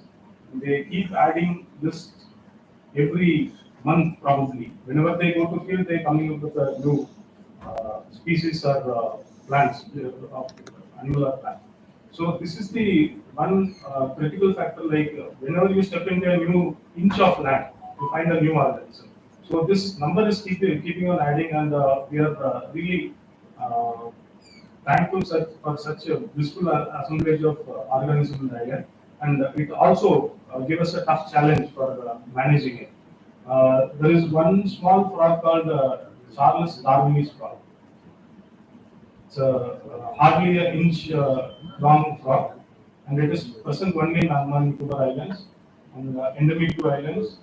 If any threat, though the population, the recent surveys are increasing our zones from in a significant area, like because previously it was recorded only from Mount Airy National Park. So now, when the ZSA keep exploring the new areas in part of northern middle Andaman, there have been few recordings like the frogs have been found.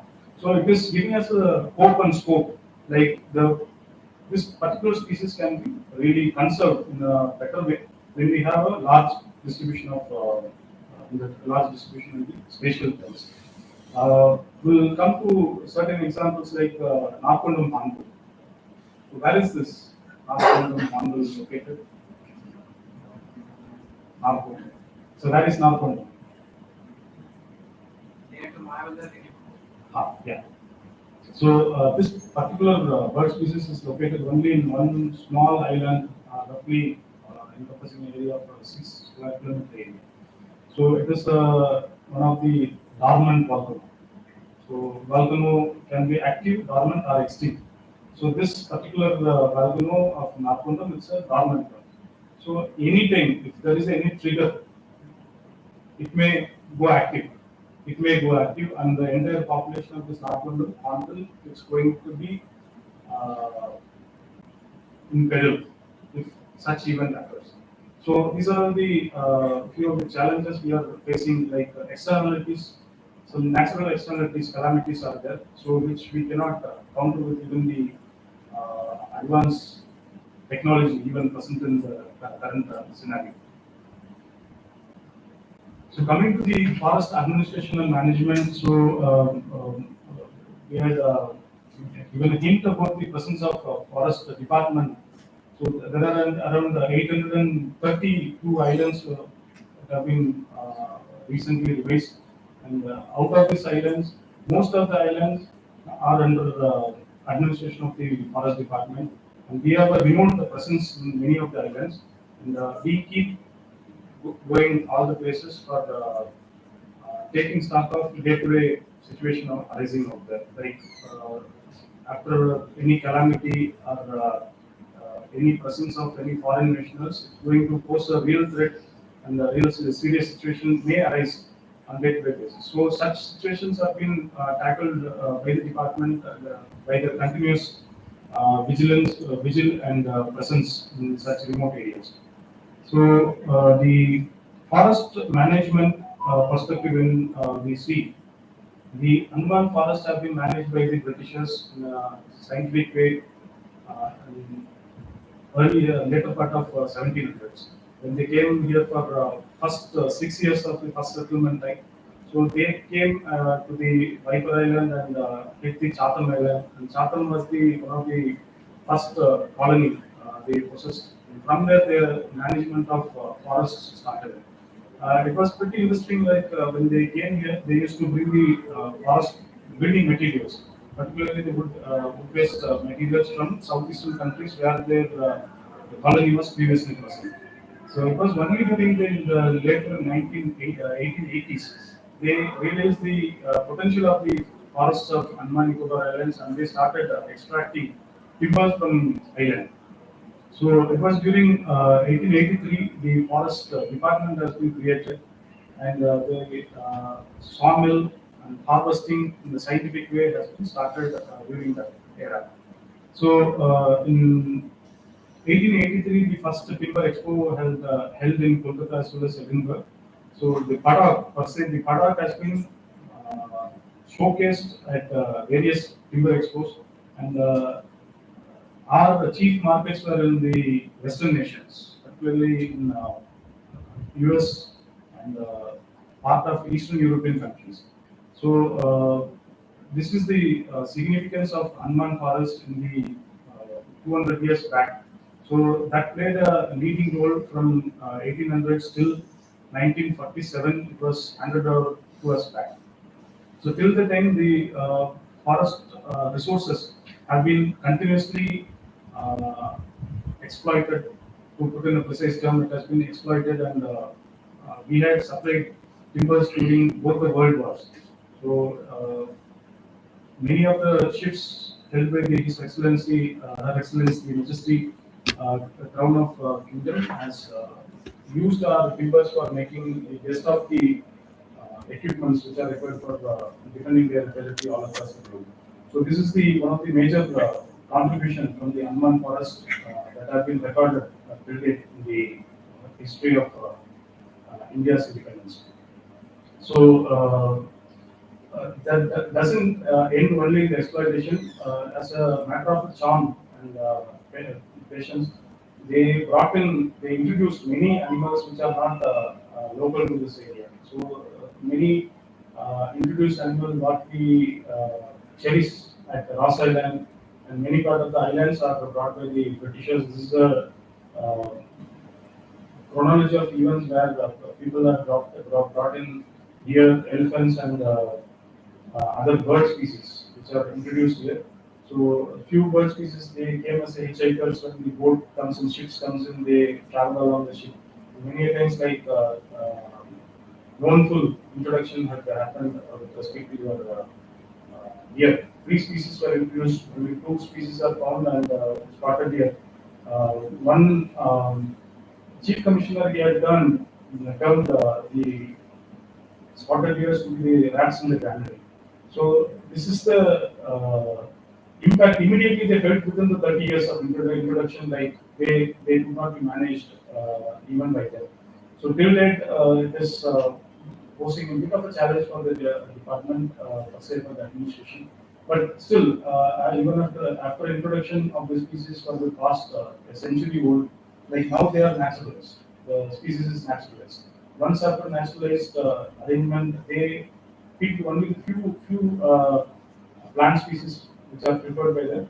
Not all the species are being targeted. So, but a stark example of your Ross Island, you can see there are no undergrowth, and there are no large predators available for controlling them.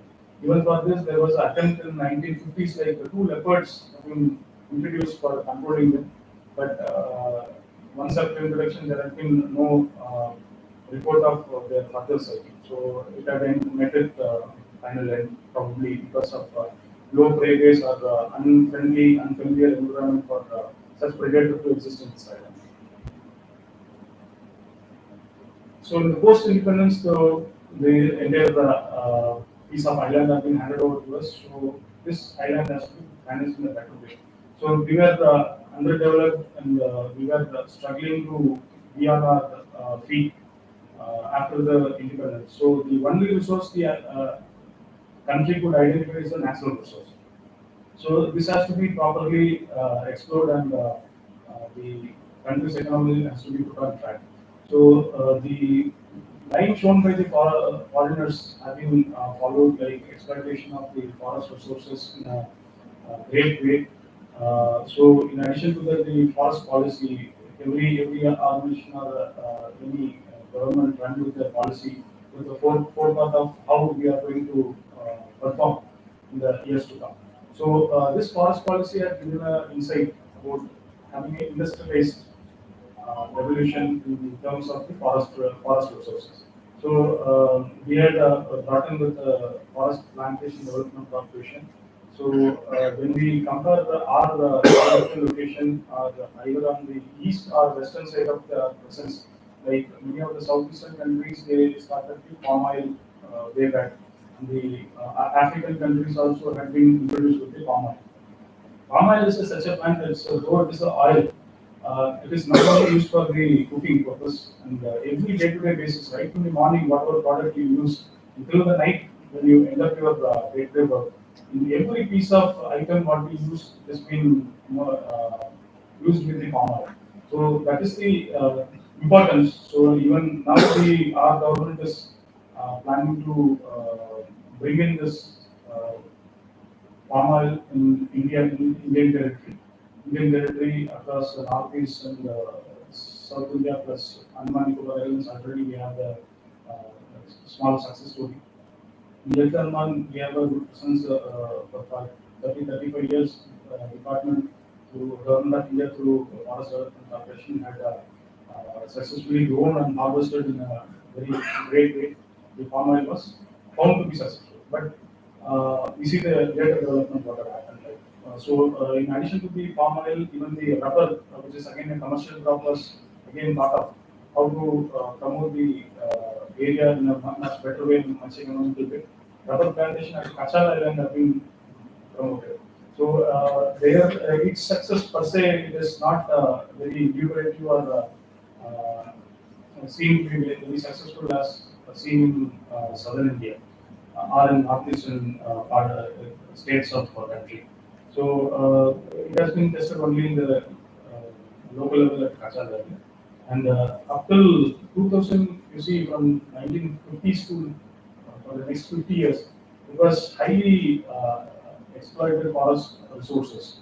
Like we had catered the entire demand of forest products for entire South India and the eastern part of the country by having sale arrangement at Chennai as well as Kolkata from the department side.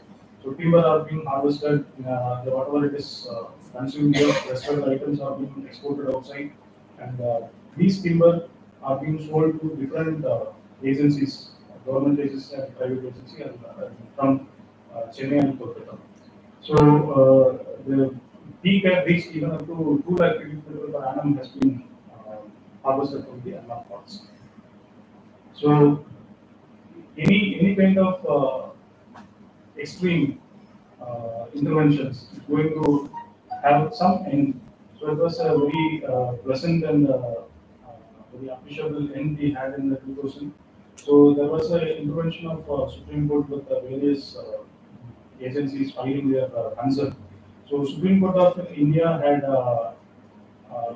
intervened in a better way to protect the natural resources of the island. They came up with capping of harvest from the Andaman forest because in Nicobar group of islands the harvesting had never happened. Like, very limited harvesting was there. Once after this imposition by the Supreme Court of India, so it had harvesting has been restricted only to the Andaman group of island, barring your Havelock and Little Andaman. Even there is no harvest. Only in the Andaman Nicobar group of islands we do harvesting, barring your tribal reserves and unworked areas. So this had ensured like at least the untouched forests are kept intact. So the pristine forest, the integrity of the pristine forest is maintained in a true scientific sense. The second intervention, the direction given by the Supreme Court of India is like when we were in the industrial mode between 1950s to 2000, we had large stretch of natural forest.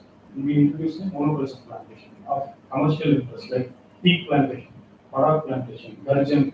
So these are the species which had a commercial demand, and many good forest tracts have been removed and it have been planted with commercial forest. So this has been taken note by the Supreme Court, and they had given the directions for uh, removing of monoculture in a scientific way. So if you travel across islands from Port Blair to Barakan and further to Mayabandar, you see large tract of tea plantation and the parak plantation. And now it is being slowly being replaced with natural forest to bring into their natural profile. Like now the forestry management per se, it is like more of a scientific, more highly scientific in nature, because any activity that we undertake is being managed by a scheme called working plan. It is approved by Government of India. So we prepare a plan for 10 years in advance. So next year, for the next, if it is 22, 23 to 33, I will prepare a plan. For next 10 years, we have a document, recorded document and recorded a prescription, how that particular forest land has to be handled in the coming days. It is not arbitrary, it is a written Bible for next 10 years, how it will be doing. So the common notion of the general public is like, I am in demand of timber. I should be given by harvesting the forest. Now that idea has been erased from 2000 onwards, it is now like it is our agenda of the forest department, and the main objective of the forest department is only to maintain the forest in a technical way. So technical way in the sense like Supreme Court had given us a task of removing this monoculture plantation, teak, para, and gurjan. These species are like commercial interest, right? So this forest has to be brought to its natural profile. So we compare the forest adjacent to that plantation. We study the plantation, the forest nearby, and we keep a list of plants and other subsidiary vegetation around it, and we plant them. When we harvest the monoculture in a very scientific way, I think only the dead dying and diseased plants are being removed. Since they are introduced to the islands, they are not really healthy like natural plants. Like teak, if you see, they are very small, very malnourished plants. You see, so such plants are being removed and will be planted with the natural species which are found in the island. So over the long run, if you see, if I keep on adding the natural vegetation to that area and I'm keeping removed, so your forest will be restored back, right? This is the main idea that the eco, this called as eco restoration. My ecology of that area is being restored. So the approach of the department from the commercial angle, now it has been totally into conservation angle. It's a highly scientific and highly technical interventions. Like the orientation of the general public is also being nourished in such a way like the timber availability. 16,000 cubic meter is the maximum limit we have. But you can appreciate the kind of the population dynamics is growing here, and other commercial establishments like tourism and the demand for the forest produce are increasing day by day. So to keep up a tandem requirement as well as fulfilling their demand and the scientific interventions what we are doing, definitely it's not going to be very easy task to cater the requirement. So now we are promoting in such a way only the needy, most needy people, and the local demand is being met out from the forest with two government sawmills you can see, and the local NTFP requirement like bamboo, cane, other catsup leaf, which is required by the local population by the department directly for meeting of their demand. So coming to the, this is how the forest of Andaman Nicobar are being managed. So coming to the main aspect like forest operations. forest operations, how many are from the inter-islands? How many have seen that elephants working in the forest? May I raise the hands, please? So it's again a proudful moment, like only the forest of Andaman department have a elephant-based harvesting period in the country. None of the states are following such prosperous and very eco-friendly harvesting methods. Wherever the harvesting happening in the country are mostly from the plantation sites. Generally, the natural forest they don't harvest.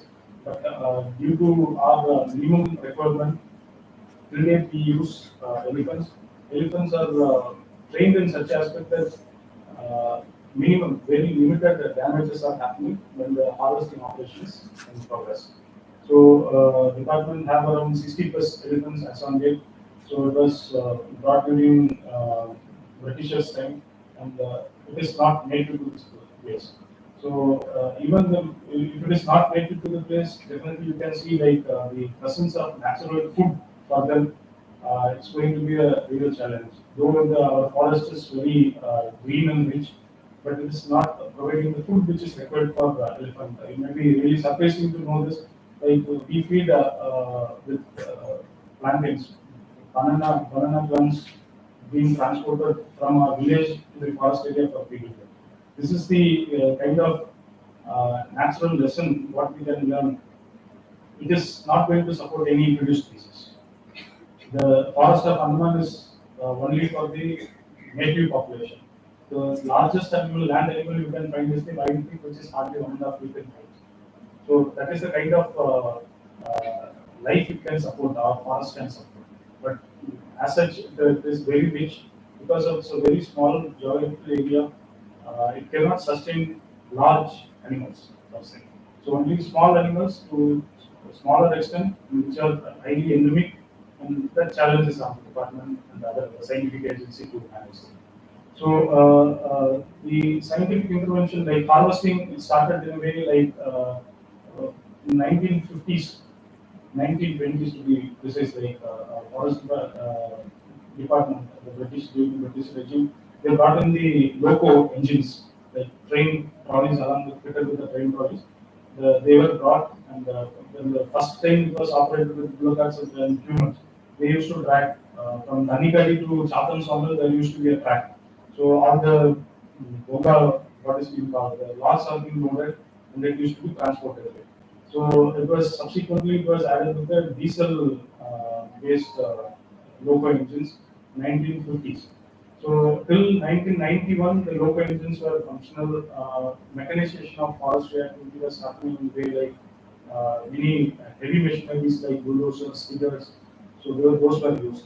Now nothing else in use. Only the elephants are being used with the minimum extent of using the bulldozer for making extraction part and all. So now our approaches and interventions in the forestry operations are more technical. There are a few systems like harvesting system which are used to prevent like a clear felling. If I go to a forest area, I'll mark 1 acre area and I'll totally remove it. So it had seen evolution in the different terms like uh, clear felling was there, and it was subsequently replaced by 10 rows of tree I identify, and odd numbers of trees will be removed, so that I don't clear the entire forest and I maintain the uniform system. Then we have a very evolved system for Andaman called Andaman canopy lifting system. So in that only the mature trees will be identified. Such trees will be removed for promoting the lower canopy trees to grow up. So they will take over the forest. So this Andaman canopy lifting system, the harvesting system is an example set by the forest department in the uh, early part of 1970s, 80s. So that is one of the classic examples that we have shown to the Indian forest management. Like such system can also promote the scientific intervention. So we had during our commercial phase itself, we had brought in a lot of scientific and technical inputs in creating how a forest can be managed. So this is how it was done, and now it is totally science-based arrangement in managing the forest. So if you see this, you can feel the importance of this community of plants. What are they called? What are they called? Hardy? Mangroves? Right? So none other than the islanders can really appreciate the role which has been played by the mangrove community during the tsunami. So nobody else other than us can really appreciate what role it could play even in the next calamity.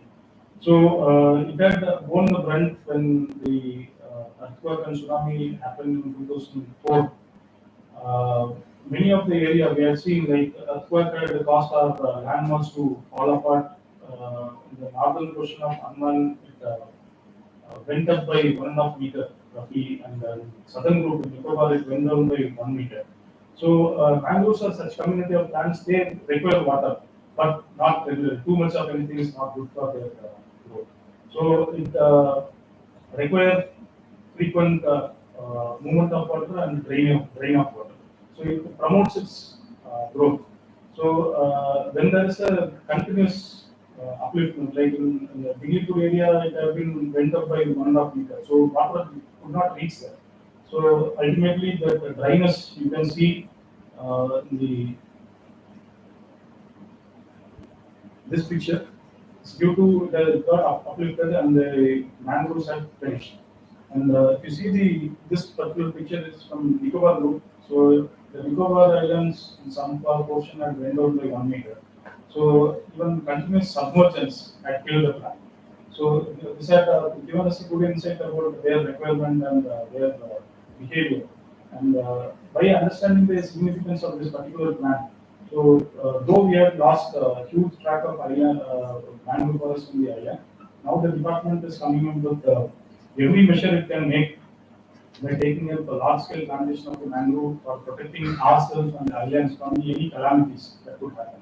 And the main significant role, the day-to-day significant role played by the mangrove, many will be fishitarians. We are very fond of marine fishes, and the mangrove is one area where it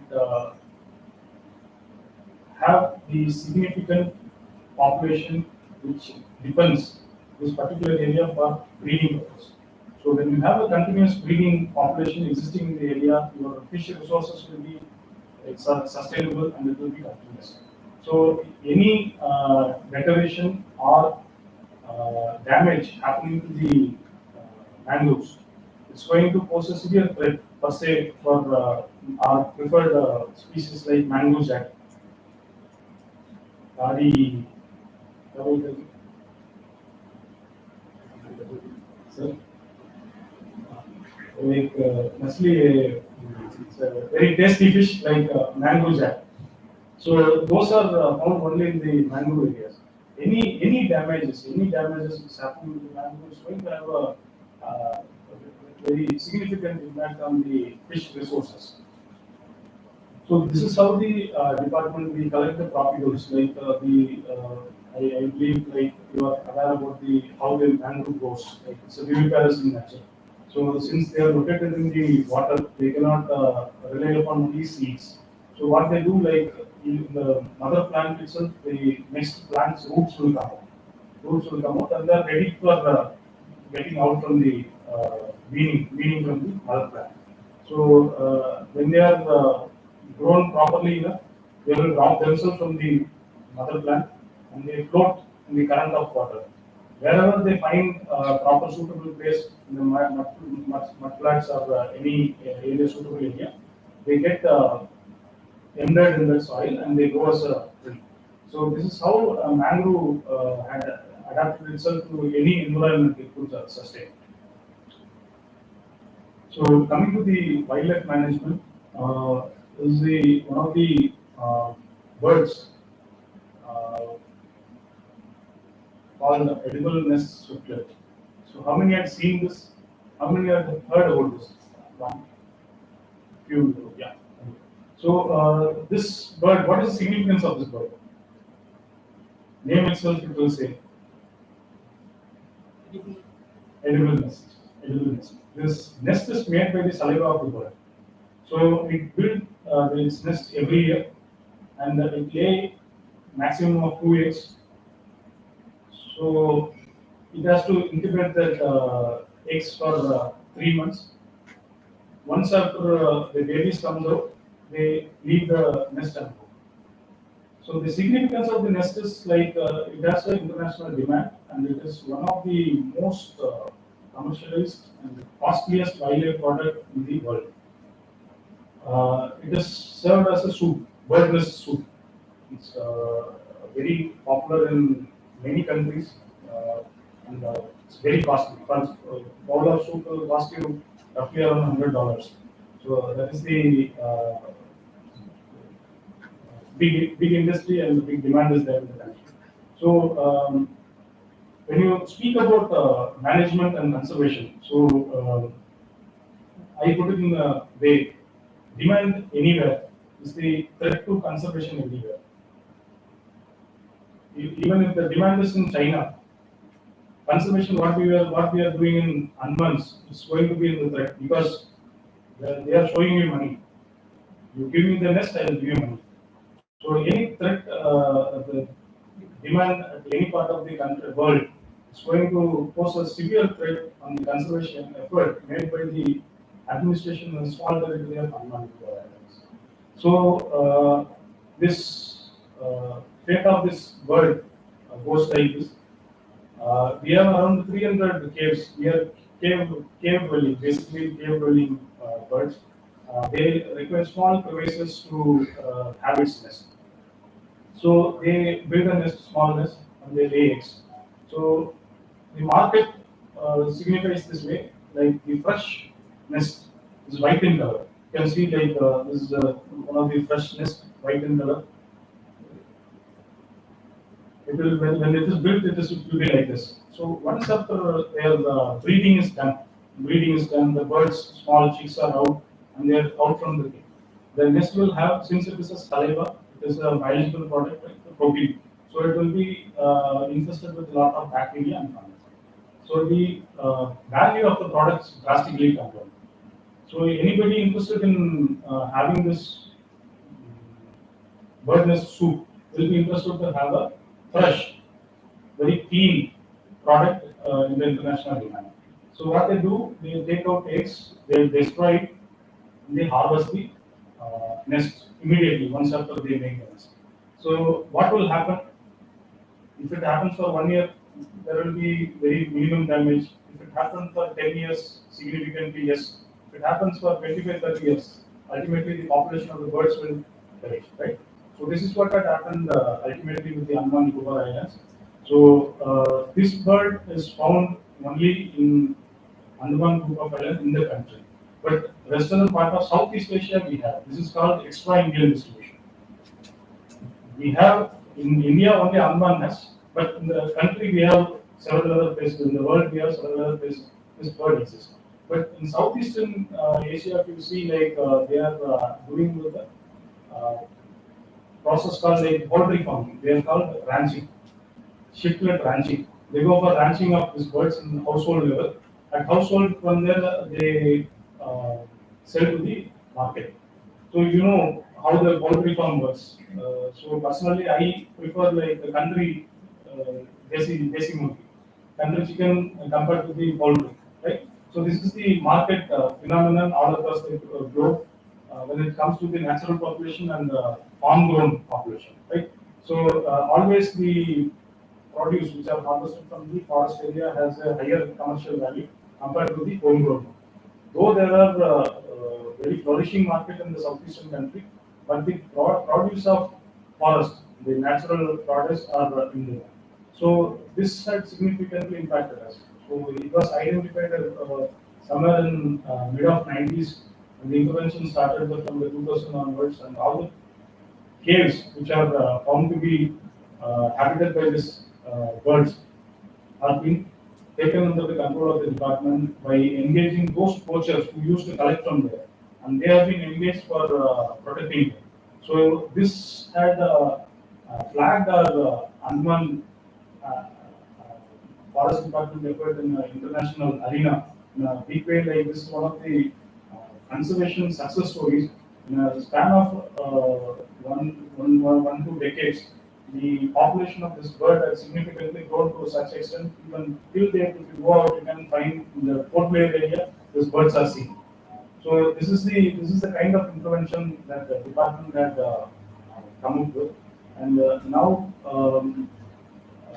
you can see, like to be very precise, like anthropological museum, they have a very good breeding population of this edible nest triplet in Port Blair itself. Second thing, if you go out to a small black colored bird with white colored belly, you can see. So it's called glossy swiftlet or plumed swiftlet.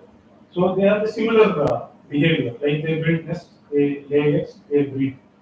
So interventions were tried in by giving a surrogacy method, scientific intervention again. So that was also attempted and it has been proved very successful. And even here, if you see, it is a mixed population. Both the population exists in the same building, and we haven't went detailed with that. But there are possibilities they are sharing a small space and possibilities are there. So what the department have done is like whenever such harvest happens, like eggs are being incubated in the edible nest, eggs are being incubated in the losses with nest. So in villages they practice this, like in duck incubation, chicken eggs are being placed or otherwise. So similar methodology was adapted and it was very effective.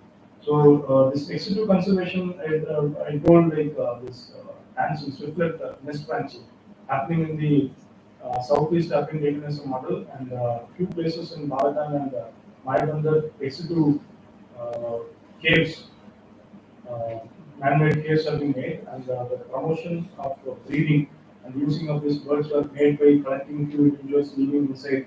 So they were trained. Some kind of attempt were made. It is not really successful, but of late now the birds have started using those things.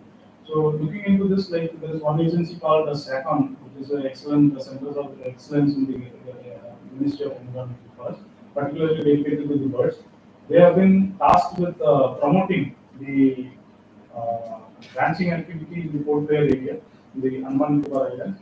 Like they are made to come up with the SOP for bringing such structures in Port Blair area so that we can promote, scientifically we can promote the sale of this nest.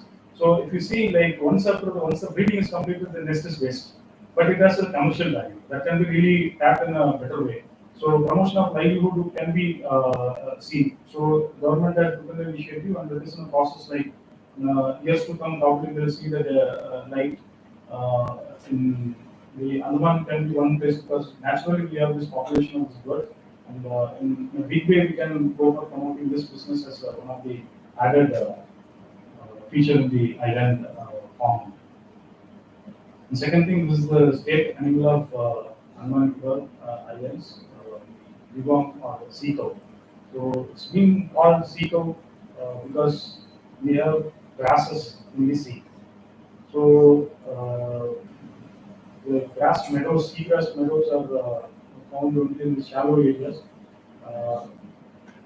Bringing in such elusive animal, very less in numbers in the island, but they are posing severe threat by the fisheries of the fishery practice in the Andaman Nicobar Islands.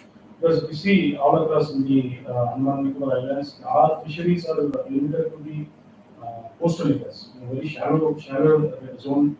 People are having a very small mechanized dinghy, they go for a cast netting or line netting. These nets are being used. So you can see like we have marine food-based community out here, and we are promoting tourism. People come here for relishing the marine food, seafood, and we have a fishing community which is having a very limited resource and a very less infrastructure where they can go only to limited extent in the seashore area. This particular animal use the seashore area for their feeding. So now you can join the dot how it's going to impact its feeding ground. So generally what they do, like in the shallow area, they cast net, like line nets are being established, and this particular animal is a mammal.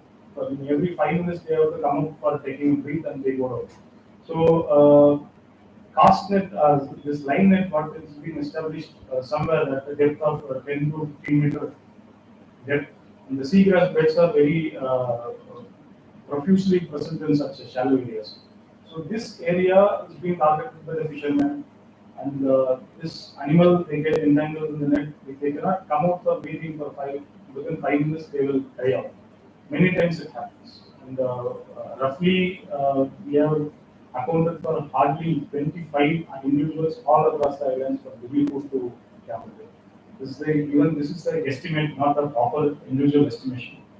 With hardly the presence of 25 animals, losing one animal is going to cost us very dearly. So this is the one of the important factor. So Wildlife Institute of India, the flagship organization in wildlife management, has been tasked with identifying the gaps and challenges for bringing in some kind of solution. They came with a very novel idea. Since it's a fishing community, right? So the fishermen were targeted, not the fishermen, not the particularly fishermen. They were targeting the future. They targeted the school students, school-going children, kin of the fishermen. They were targeted, and their school education without any break. They targeted such a potential candidates. They may drop the school and they get into the fishing business, right? So the threat perception have been taken to the next generation, and they have been supplemented with scholarship to complete their education. So class from 9th onwards, 10th, 11th, 12th, and 4 years in their attempt at any person who had reached the class 12, definitely he is not going to drop the school. The percentage of school dropping will come down, and when he goes to the college, automatically he is not going to rely upon the fishing business. This is the model they have adapted, and the scholarship program has been really successful there. So now probably the scheme continues, and we are planning even to provide them scholarship during the first year of the college. So again, once after first year, anybody wasting the college is not going to drop out. So he may not come back. The possibility of he coming back to the fishing business is going to be less. And the direct threat of fishing industry and on the dugong population across the coastal area will be mitigated in a better way. So these are the minor interventions and technical, looking into the biology, behavior of this animal. After doing the scientific research, this is the problem that has been identified. Mitigation has been effective as on date, but there are a lot of scope, like making our own population aware about the requirement of such animal. Because the seagrass beds per se, if you see whoever had gone for any activity, you can see the kind of life forms existing in the coastal areas. So the ecological cycle, every organism they play a different role, and ultimately we will be depending upon some or few other organisms which are depending upon such community which are present in seagrass beds. So unless until such engineers, this ecosystem engineer like sea cows are been not protected, so it will have a magnifying impact when it comes to the security of this marine resources of the island.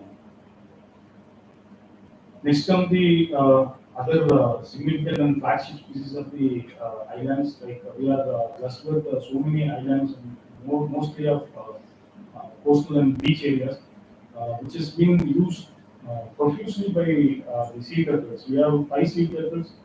Out of that, 4 species they use are beaches. The mightiest is the leatherback turtle, which grow up to 1.5 meters length, and it may weigh up to even a ton, somewhere between 800 to 1000 kgs.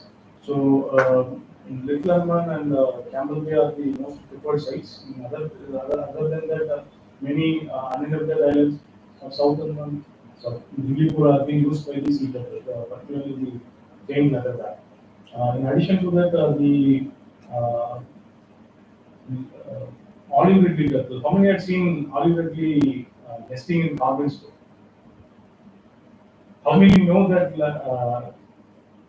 this olive ridley lay egg in carbon store? Please.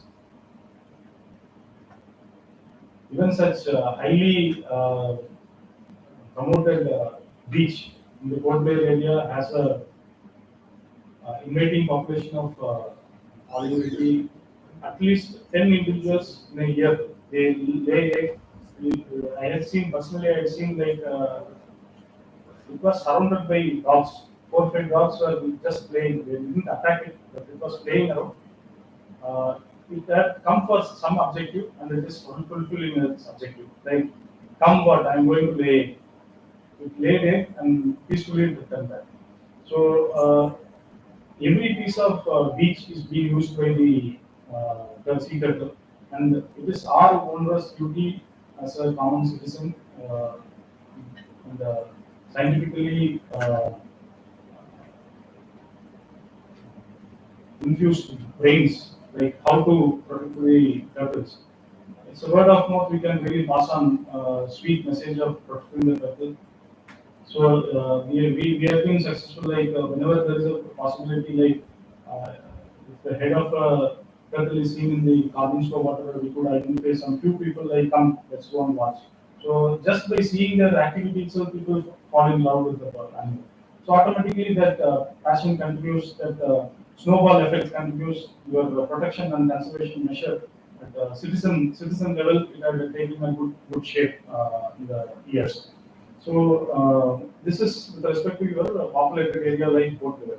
What will be the fate of animals which are laying eggs in the uninhabited islands or the beaches which are facing the threat of erosion on and on? So department have camps all across the islands. So we have temporary hatcheries in most of the places where many times it happens so the animal come and lay egg. In the next high tide time, those eggs are squashed and they go away. So to prevent that, we identify such nesting sites where the possibility of their presence in the coming time may go up. So such eggs are being shifted and it will be kept in the artificial hatchery, temporary hatchery. And this hatchery will be managed by the department till the young ones are hatched and it will be safely released into the water bank. So every year, nothing less than 6 lakh individuals of different species are being released. The main places like Harper Bay, where we have a phenomenon called Aribada. Aribada is the term which is used when the mass nesting happens. Like 3,000, 4,000 turtle in a day, like they come on the one cross over others, like they will be crawling all over. If you see like Andaman waters, we are in such a geographical location, we have a very limited beach sizes, like hardly a 2 meter, 2.5 meter length of beach will be available in the high tide, low tide, in the tidal zone. And within that, accommodating 3,000, 4,000 turtles in a day, and it will continue for 1 week's time, like 3 days to 1 week time. At least roughly around 20, 25,000 turtles come in a single 1 week time for laying egg. A small stretch of beach cannot hold so much population. So such perilous hatchlings, wherever it is happening, egg laying, such nest will be identified, it will be shifted to safe places. And in that way, whenever you can visit, you can see a permanent hatchery, like properly facilitated arrangement is also there with the department. In Campbell Bay, particularly with respect to the leatherback, we have a 24/7 camp available during the season. Per se, you can really appreciate that the kind of waggery prevails in the Nicobar group of island in the off season. Even during those season, our people are present for protecting the sea turtle. And just to signify, like you can see this map. This is Andaman Nicobar Islands. This particular portion is Little Andaman, West Bay of Little Andaman during 2006-7. Indian Institute of Science, Bangalore, worked in collaboration with the department. So they had tagged satellite tagged some 10 sea turtles like leatherback. So you can see the movement. It was monitored for 6 months time. So 4 turtles had moved towards Mozambique area, towards the African coast, and 6 turtles they moved towards Papua New Guinea, Micronesia, Polynesian group, in the western part of Australia. So this signifies this effort that has been taken by the department at the small island level, how it is having a significant impact on the conservation of the species of global importance. This leatherback travel across the globe, it's circumnavigate. As per the current, they circumnavigate and they come for laying egg.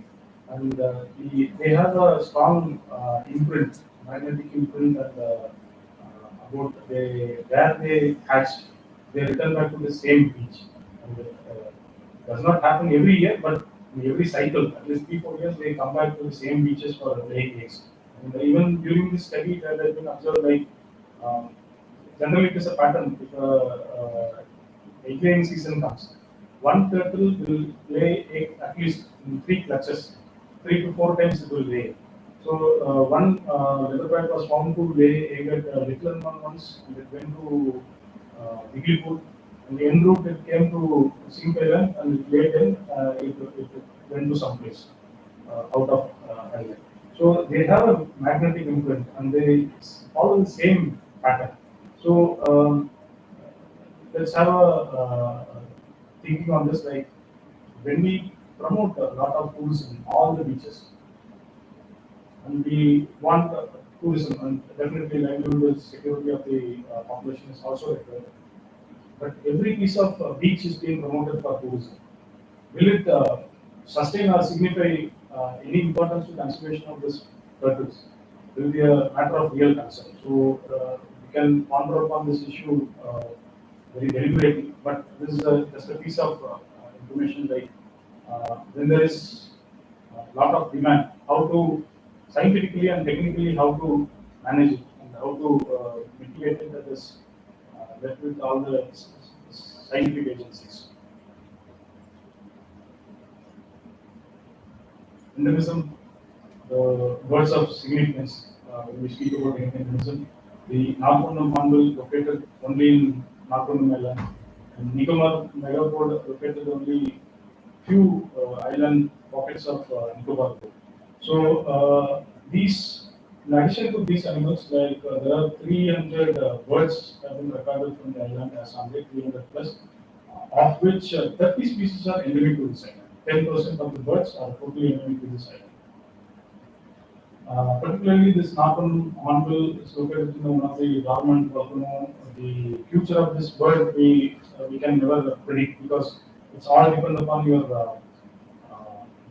Other than that, there is no threat, absolute threat we had ascertained as on date, like this bird due to any human intervention or hunting. There is absolutely no presence of human there except for police personnel. They are taking care of the birds. So other than that, only the nature has to see the fate of this bird in the coming days. But when we are speaking about the Nicobar megapod, it is located in one of the beautiful and the best forest in the world, but it is present between the humans. Nicobar as such per se, you can really appreciate the kind of food availability it's there, and the population's economy out there. And, lesser affordable communities are very well present there, and they go for hunting this bird in a big way. Tsunami had taken a big toll on the number of birds, because there used to be one sanctuary called Megapod Sanctuary. After tsunami, it got submerged, and there is no sanctuary left out for this bird, and no birds are there. Per se, the population of the birds have come down drastically. This bird is called a thermometer bird. Any idea why it's being called so? It checks the temperature of its Yeah, absolutely. Like this is one of the bird, like they go for building its nest with soil leaf litter, and when you patch across every place, like biodegradation takes place. During degradation, it releases heat. So this heat will be used by the bird for incubating its egg, right? So they build a mound, it lay egg at one side. After 10 days, it will come back and again it lay its egg. Like 4 to 5 egg will be done in this way. So the parental care of birds, particularly all across the bird species, you will find like the mother will take care. But this is one exception where this bird lay egg and it will forget. So it is from the day one onwards, from the egg stage onwards, the chick has to take care of it. So first bird will come out, it will find its own way. So likewise, in another 90 days to 105 days time, the entire mound will complete its cycle. So that this bird will decide what temperature is required for my babies to come out. So accordingly, it will build its nest like with the percentage of sand and natural materials like leaf and twigs will be used in such a proportion that the temperature will be maintained very evenly all across. It has to sustain for another coming 110 days, like 4 months time. It has to sustain. So this is how the bird had evolved in its way of breeding. So this needs to be appreciated for making any scientific intervention. So lot of study has been conducted and lot of insight is being obtained in every study.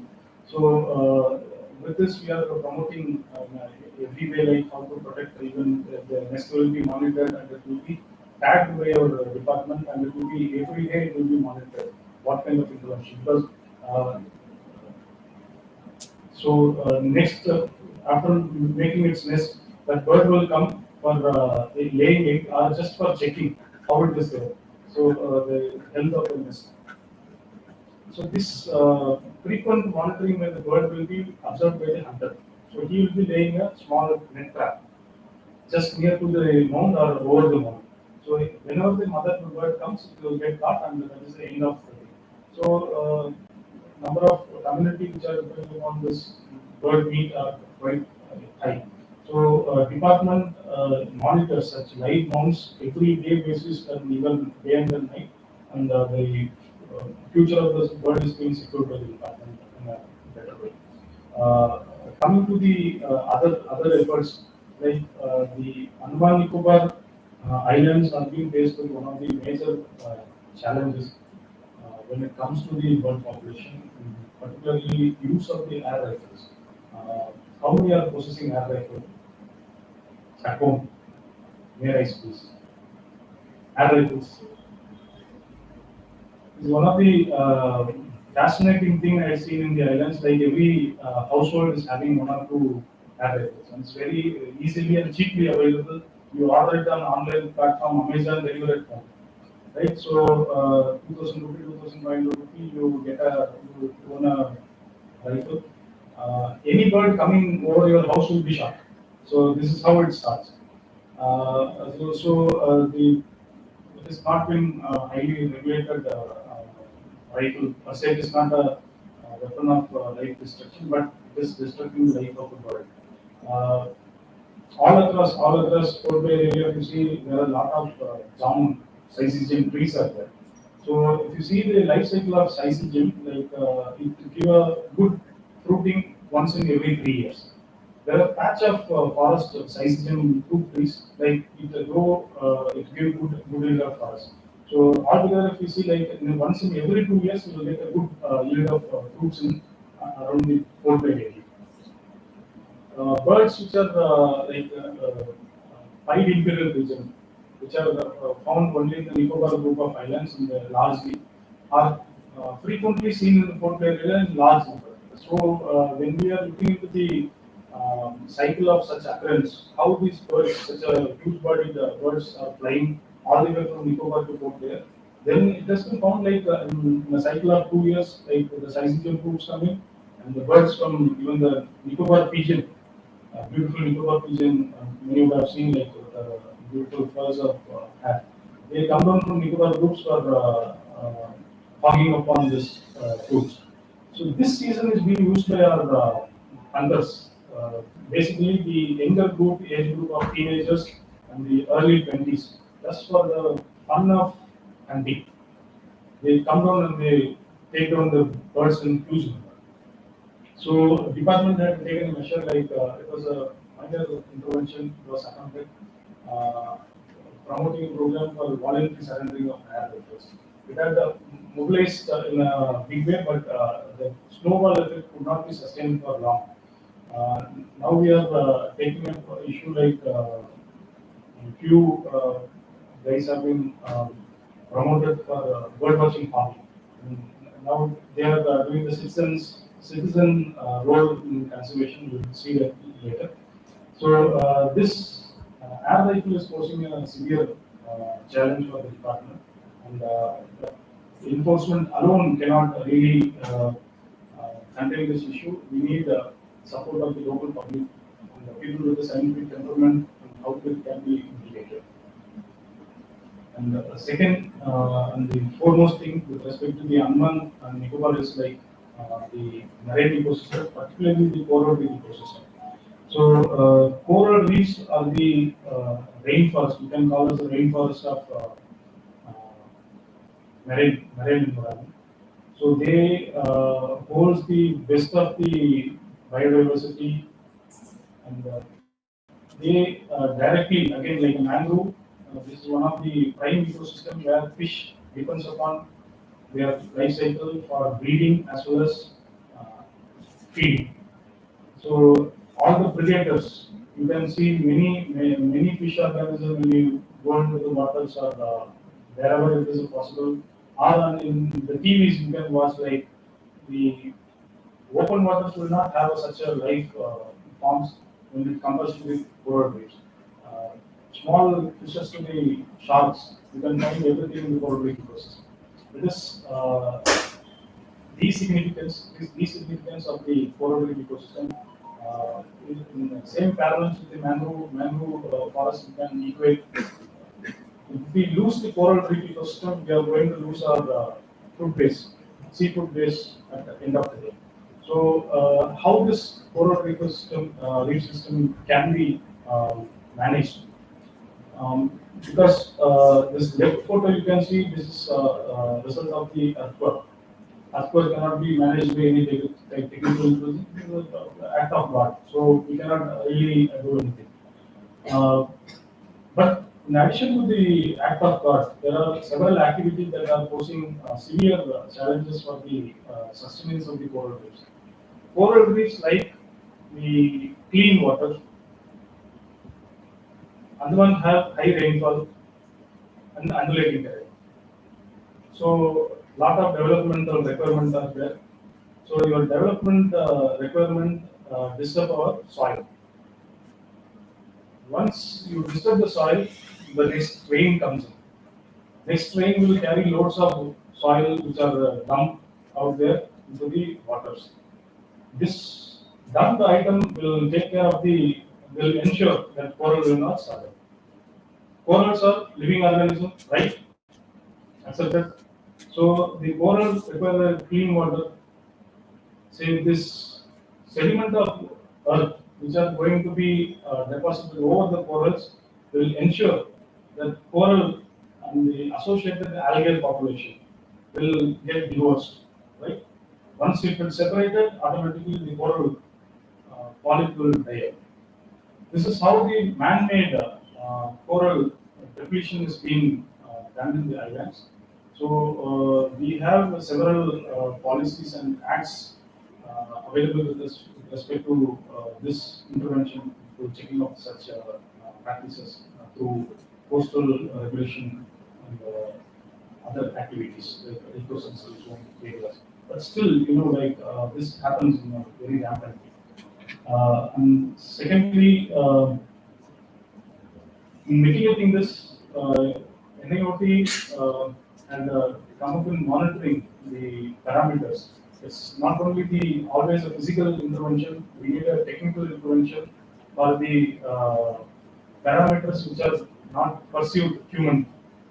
So for that, the NIOT had provided us assistance by installing the data monitoring system It's a long-term data monitoring system. The photo on the top right left corner, you can see this platform gives us 13 different parameters in a day. Like every uh, roughly around 8 hour to 12 hour basis, like we get three different set of data. It gives us inputs about the various parameters above water and below water. So this will give us a trend of how things are happening underneath. And there is something called El Nino and La Nina effect. So warm current travels all across the globe and it goes. The coral reef is such a organism, it requires a range of temperature. Anything below that or above that, it's not suitable for that coral animal to survive. So coral polyp prefers somewhere between 22 degree to 28 degrees Celsius. Anything above that, it's going to be a potentially dangerous thing for its survival. So NAOT had identified uh, point above which it cannot sustain, and that is about 29 degrees Celsius. If that 29 degree underwater, anything below 1.5 meter depth, if it's sustained for more than 15 days, the coral will get bleached. So coral, you might have seen it's a different color, like you can see across the banners. It has a different colors. It is basically the how the coral polyp, what algae which is associated with this. This association will decide the color of the corals. So when the temperature increases, the algae cannot sustain for the higher temperature. So the algae move out of the coral colony. Um, Coral colony. So, this coral the colorful coral will come down to white. It will be bleached and it will become white. So coral is basically a calcium carbonate, purest form of a calcium carbonate to put it this way. So this will have a significant impact per se, for the survival. But there is something called everybody who is getting disease will have a mechanism to fight that, right? So within one month's time, if there is any favorable environment, such colony will revive it. So this is called resilience, coral resilience. So this is observed very commonly in the islands because we have 600 plus recorded species of corals. This is one of the only geographical territory in the world to have so high density of varieties, the density and variety of coral species in the world per se, barring one or two places of southeastern Australia. So this ensures like any number of calamity comes, we can sustain our population. So, but if it continues happen frequently, like between the 2008 and 2016, there have been three instances of such warm current passing through the Andaman waters. We have lost track of coral reefs in the islands. So this is being mitigated or not particularly mitigated. We are attempting from the department side to promote artificial coral reefs. Now we are evolving with the technologies to standardize it for the Andaman condition, though it is being practiced in the world and different scales. For Andaman conditions, we are devising and the department is doing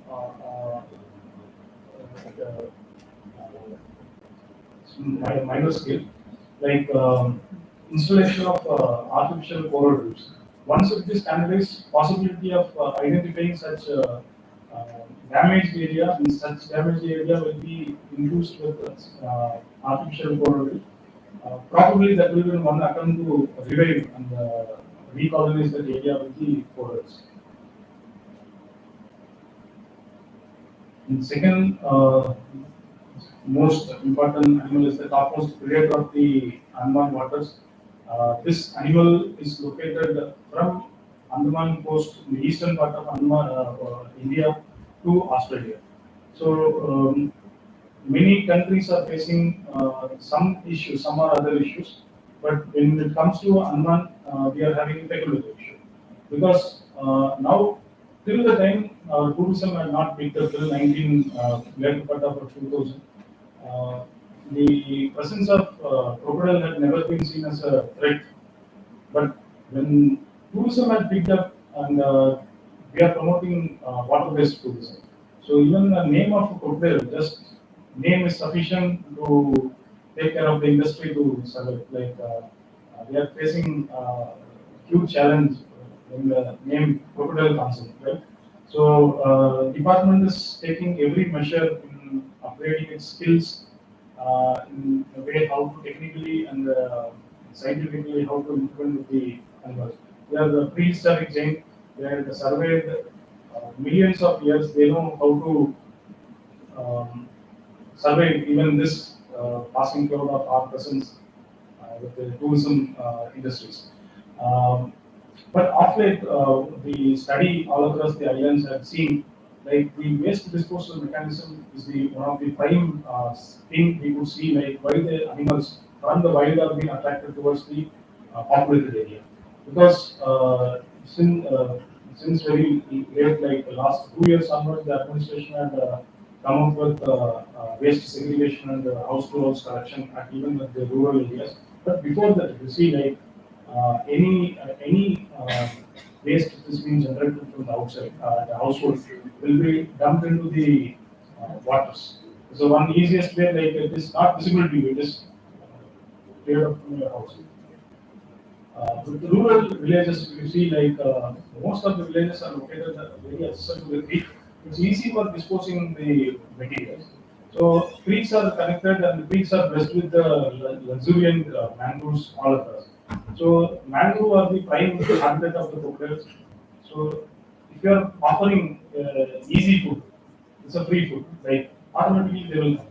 So this is what we are identifying any pet animal in the village. Any party, here the gatherings are quite a voluminous, like 1,000, 2,000 people they gather.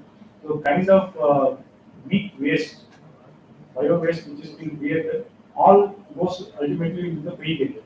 When animal like that top predator like crocodiles are getting free meal, why won't they avoid such things? They will be coming frequently. So marriage seasons and our patterns are so oriented in a particular season. You get plenty of food. They don't have to go back to the water for finding their food by wasting their items. They tend to be located only in the peak area. So marriage season is over. So dry season will come for them. So during that season, but we humans use that area. Our domestic cattle use that area. So we become an easy target for them, right? So many times you happen to see like the recently the big population which is coming from outside, they tend to get into the water by standing into the water, they cast net and fish, right? So such situations are very perilous per se. Like many attacks have been noted in such population where people are using such kind of fishing, even after knowing that creeks and water body are infected or not infected, they are used by the crocodiles on and off. So, and the crocodiles also are nest building reptiles, right? So they make mound. They lay egg in the same way of megapode. The same way they breed. So for breeding, they prefer the area of fresh water or less water of less salinity. So they come down, and many of the places in Andaman Nicobar you can see it is located below MSL, and such MSL below MSL area are used for farming lands. So precisely during the monsoon season, we don't go for any big scale agriculture operation. So the waste material of the previous season will be used as a nesting material for the crocodile to breed. So this situation are prominent when particularly in areas like Chowdhury and above. The Vidur, if you go, many areas inundated during the rainy season. When there is a high tide, there is a lot of rainfall, so the water cannot go, and it will be filled with the fresh water and the rainwater. This water triggers movement of large crocodiles. There have been instances. Department have captured even 5 meter length of crocodile, which may weigh around 900 kg, 800 to 900 kg. We have to deploy around 40 people to lift that animal. So such huge animals also come in search of easy meal. Cattle they graze, and we have seen many places where the fresh waters across the creeks are being used even today by the local population for their day-to-day need. So when such day-to-day requirements are met from open waters, there lies somewhere the uh, service delivery at house door at the door level.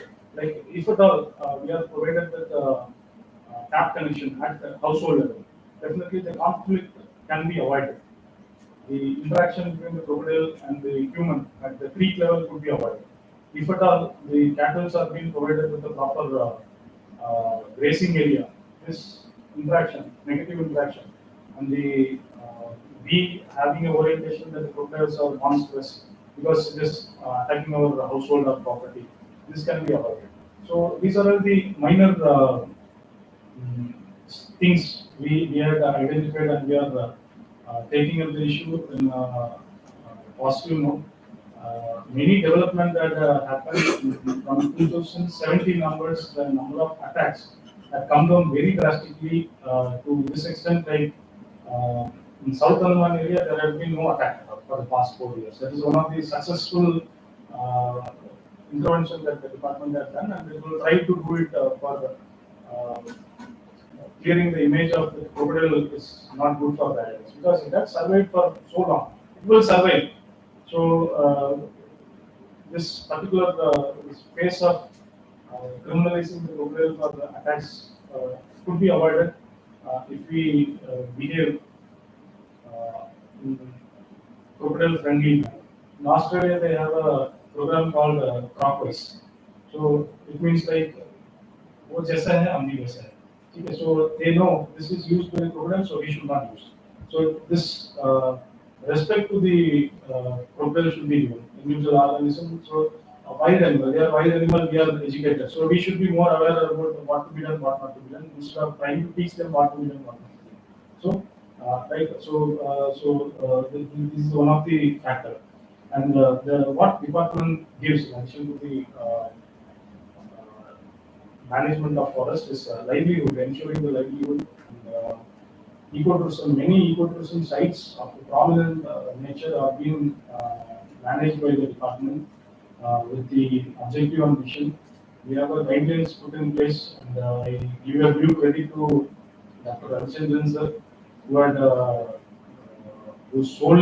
had put in heart and soul to make this guidelines, and it has been followed by the administration till date.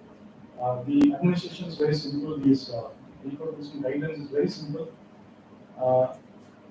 Leave nothing but your footsteps. This is the basic fundamentals. You will enjoy without disturbing our fragility of the islands. So we have so many ecotourism sites, like 40 plus ecotourism sites in the island. Many famous sites like Munda Pahad, Mount Elliot are the few significant areas, including the Singh, Jolly Boy, Radhanagar, any place across islands, you name any sites are being managed by the department. So it stood 7th best beach in the world in 2004, and 2 years back again it had come to limelight. It has been considered as the best beach, best managed beach in the country. Now it has been given with even the blue flag certification status, so it had gained a further momentum in the international community about the best managed beach, and it has been promoted all across globally. In addition to the ecotourism sites, department provides the required raw materials for the small scale industries. There are around 150 plus furniture industries thriving into the islands for catering the various requirements of the general population. NDFP in terms of thatched leaves, canes, bamboo, and other items which is required for livelihood of even the last citizen of the islands are being taken care by the department. So the thirdly off late in the past 5-6 years, the bird watching had picked up and had gone to a level of not only industry, number of birders had picked up the islands, the momentum had kicked in, and uh, as a hobby, people are developing. It's a good sign how a society can thrive scientifically. Unless until you infuse love, so definitely we cannot strive together for achieving some objective. So few interested persons were trained and they picked up bird watching as a hobby. And few chosen that particular hobby to be their own profession, and they are really doing good because in bird something called bird races, bird race. So bird race is organized by one international agency. So there you have to register, and you will be going for the annual count. Annual count, it is not restricted to one geographical region. It is a world race. So people are very crazy. It's one of the prime hobbies all across the world, next to reading. It's the second most preferred hobby. So there are a few like enthusiastic birders. They go across the world for identifying the endemic birds and the birds of some significance. So Andaman have 30 endemic species, of which like 10 birds are found only exclusively in the islands. Like there are not even the cousins of them. So such birds will be always preferred by the international bird racers. So they come down. Like it happens so like there have been several instances like people from Germany, old chap like he don't use even camera, just one binocular is sufficient. He come and will record it. So such incident that happened, like he came down particularly to Andaman for with the schedule of 4 days by having 4 identified species. That these are my target species. I should find it. So these birders who got trained had got the account of all the 4 birds, and they know where they are present. So his 4-day trip have been cut short by 1 day. In 1 day they could go and show him all the 4 birds.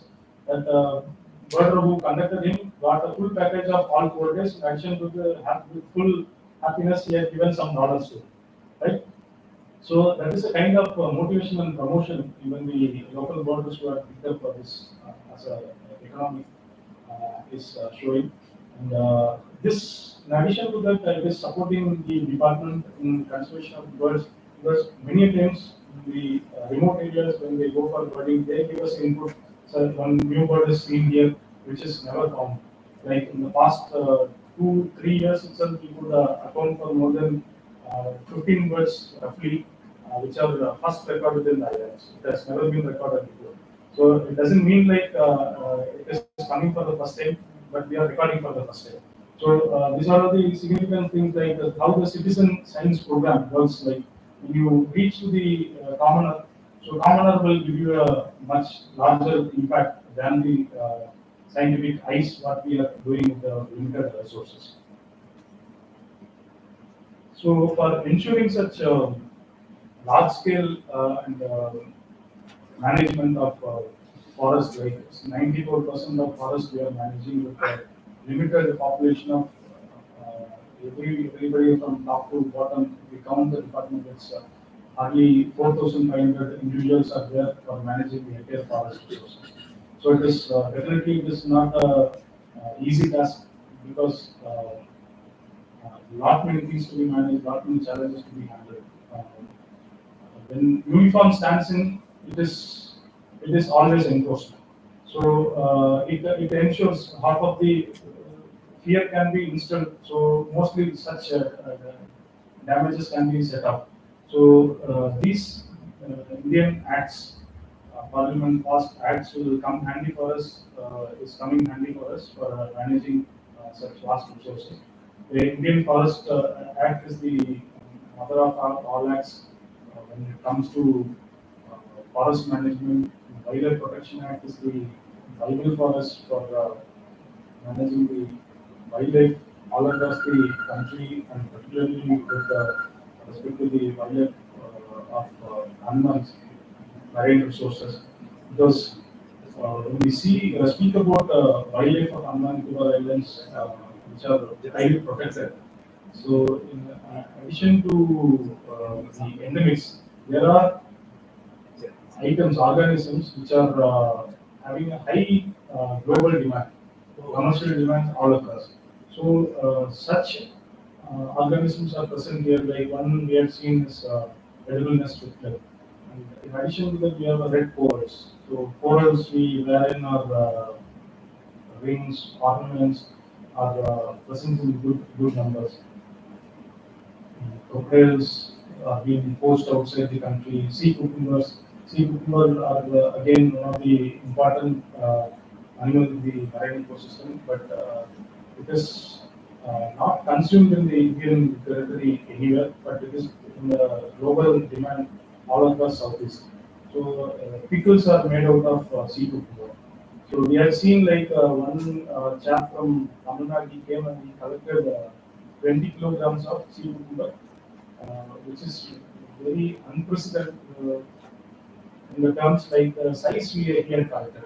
Previously, whatever intervention we had made, it is always the adult animal or the uh, semi-adult we had seized. This guy had collected the maximum size of the sea cucumber was 2 inch. So it was the some specific demand for that he came down and he went all across the island. He had identified potential fishermen. So he went to some interior islands, protected areas and reserves. He camped there. He collected uh, only small 2 inch size sea cucumbers.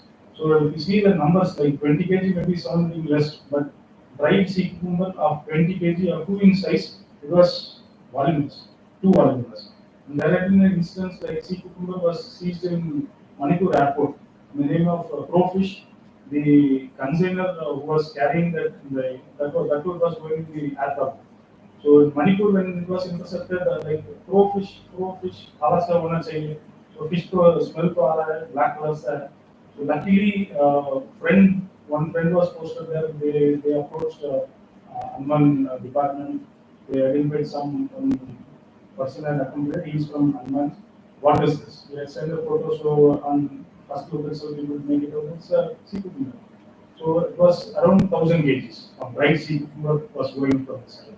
So these are the potential market which is having legal market which is having a lot of our local population are being attracted by the international poachers with voluminous money and involving their life and risking their life.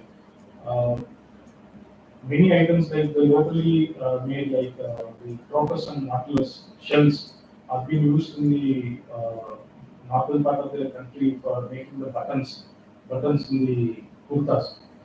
The Lucknow is one of the prime destinations where the kurta buttons are being made. Further, the shells are being transported out of India. Shark fins are in a big demand, which are being transported out of the islands. Though it is not under the purview of administration per se, but government of India had to take a start when it goes out of the country.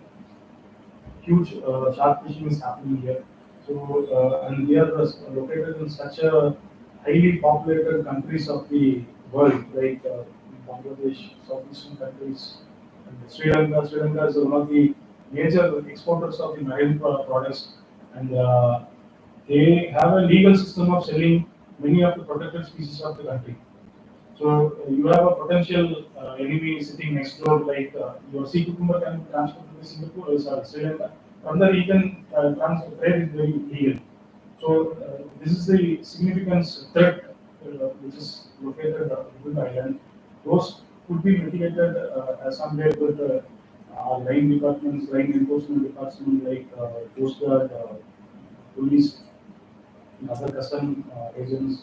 And the postal comes very handy for us because people who go to Hamburg, they would like to carry some money. So this memory will be going in the form of postal boxes. Corals and shells which are collected from the shores will be packed back to their mainland or even foreign countries. Some interceptions have been made, foreign packs have been recovered. Postal department comes very handy to us. So the Indian Forest Act, Wildlife Protection Act, Biodiversity Act, Forest Conservation Act, particularly when the diversion happens. So NH is under construction, so they need a stretch of forest area. So their demand will be like 50 meters we require. So department will put in, we cannot give 50 meters by considering the forest, we can give only 10 meters. We will restrict the damage. So this is the role played by the department in conserving the area. Development has to happen, but not as per the desire, but as per the requirement of conservation. So this is being ensured by the Forest Conservation Act, and the Environmental Protection Act is one of the significant acts with respect to the Andaman Nicobar Islands in the form of coastal zone management and eco-sensitive zone. So coastal zone is the zone which is located in the near waters. So 500 meter, anything within that, they require the clearance of administration in various levels. So only after that they can take up the water. It has a different set of procedures and it is being ensured. That's why at least still till date things are being taken care of.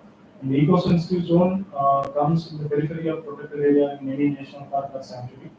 The discussion we had with respect to the soil erosion, the development which is leading to the death of the corals are being taken care of the eco-sensitive zones. Only the enforcement is not going to be only way of the protection. We need to take people along with us. For that, the awareness is the main tool. Enforcement is the last tool in the box. So the awareness is the first and best tool we had identified. All significant days, like one more Wildlife Week, international days, many international days are celebrated with the school students, college students, and many stakeholders by making them aware about the resources of islands, happenings in the islands, updation, whatever it had happened. So these out of 100 people, if you target even getting 10% support from them, it is making huge difference every year. Every year, and it is having a cascading effect in joining hands for conservation. So this is nutshell in which the forest department function in a scientific temperament. We have seen the evolution of the department from protection and the protection and now into conservation and joining together for further way ahead. So with this, I thank everyone for the patience hearing. If there are any doubts and discussions, please.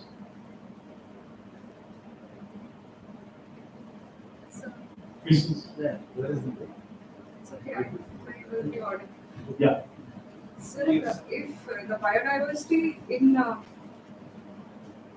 private land is threatened, can the government intervene? Because in Sipigat area and Ganacharma, there are a wide variety of wetland parts, and land is being filled for construction purposes. So, is there anything we can do? So one of the timely questions like need of the hour probably. So the wetlands of Sipigat and Ganacharma have been came into existence only after this tsunami.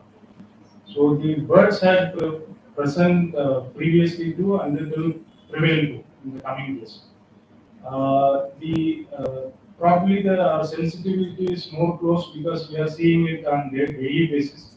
Like these are the private holdings which used to be their prime lands. Everybody had invested something on that, and after the tsunami, it got inundated. The new habitat has been created. The birds, what you are seeing, they are not natives. They are mostly coming from Siberia. They use two different flight paths and they reach. It is used as one of the stopover during their migration. So it is not only this wetland we have in forest area, but which you have not seen, which many of us have not seen, are there, and it will take care of the bird population. So in addition to that, if there are any concern, like we are trying to mobilize the local population for creating conservation reserve, which will be under purview of the department, but the private will be the owner of the land. So if such a joint venture can come up, like particularly for conservation, like if owners are ready to spare that land for conservation of the birds, we will handhold, and many examples are there. Such conservation reserves are minting money for the local population, right? So this can be a good tourism spot where bird watching along with other activity can happen. So many times things offset your commercial interest will offset your conservation effort, right? So emotional attachment to that piece of land is really appreciated, but wild animals they have their own way. Obviously, across globe it's happening like degradation of habitat is happening, but we have a positive hope like it will survive. It has been like particularly endemic birds which are under severe stress. Obviously, immediately some intervention should be required and if needed. The same intensity is being also given to this migratory birds. But since we are going into the interior areas, identifying the habitats, we are finding more birds compared to the birds which are present in the city category. In local community, we are finding suitable habitats are available, and the population is more in forest area. It's safe and secure. There is an endemic bird, Andaman eel, so that's why you concerned. Andaman eel is endemic to this island, right? Yes. So roughly around 40 to 50,000 birds are there. 500 birds, what you are seeing is just a migrating population because they breed in forest area. I think you are aware they breed in tree holes, right? So Pujyate is not having any trees for sustaining their population. It's just they are using that land because they like brackish water. They don't prefer fresh water. They don't prefer sea water. Any water which is having a less salinity, it will be used by that bird. So since conducive environment is there, they are using it. But if you see that the movement of birds, they go towards overland and come back, and sometimes if you are present in both the places, you will find more birds. Somewhere it is using in the third place, right? So they are present safely in some areas like NGMNP, we have sufficient space to hold good population. They are safe. Thank you. My question is from what the overuse of playbacks in the field. We are seeing that budding ministers, budding ornithologists and trainees here who pick up the bird watching industries. So, sir, is there any wildlife protection act that should prevent the movement? Absolutely, it's a good question. Like it is a moral obligation of the bird. When we do it in ornithological way, he's a researcher. He has some set of theme he has to follow, like a moral theme he has to follow. If it comes to the commercially interested bird watcher, like conducting a bird tourism, he should understand overuse of the playback will definitely one day it will fail to attract the bird. So automatically you are changing the behavior of the bird. It's basically it's alarm call. It's a call as an alarm call. Somebody is intruding my place. I have to prevent my territory. So this is why the bird come out. If you overuse, definitely you are taking me, so I don't have to come. So many places in the world have lost many such places where one typical example is Bugun Leo Chichila, one bird has been was identified in 2006 in Arunachal Pradesh. So all across globe people were went Gaga and they went there, they started playing. Even I had been to that particular place. Uh, my bird watcher, he played several times. I warned him, sir, he's not responding. So this is what we have done. We have changed the psychology of the bird. So it's not going to sustain that commercial interest or research interest.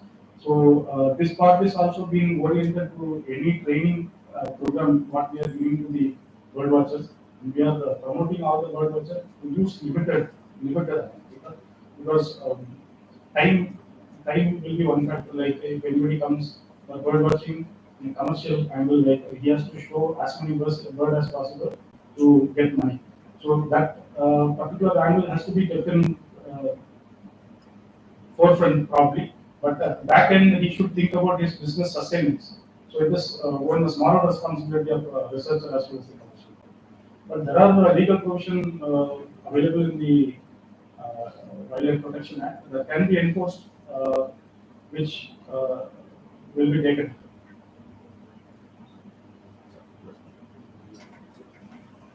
Thank you very much.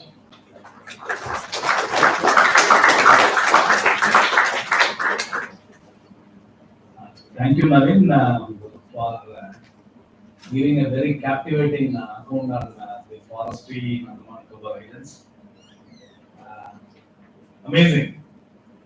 So what I have seen, Naveen, in 2017, 13 to 17, and what I am seeing today, you are truly a repository of knowledge, and the way you take up the issue and explain.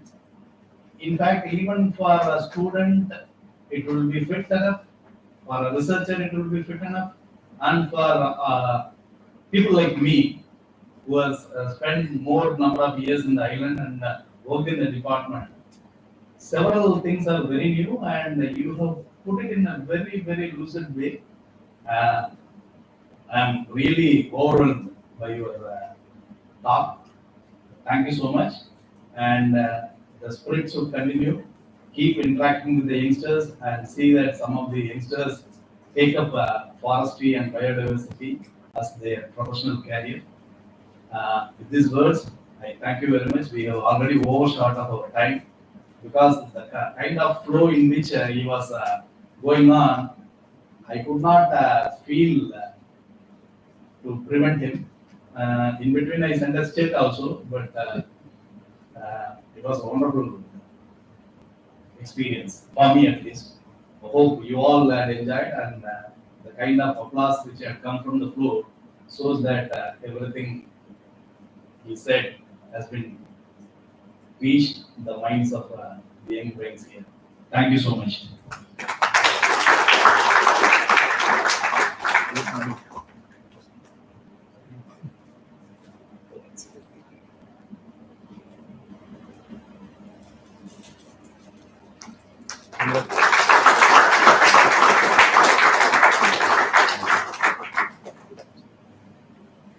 Thank you, sir. Thank you for giving very wide and elaborate talk.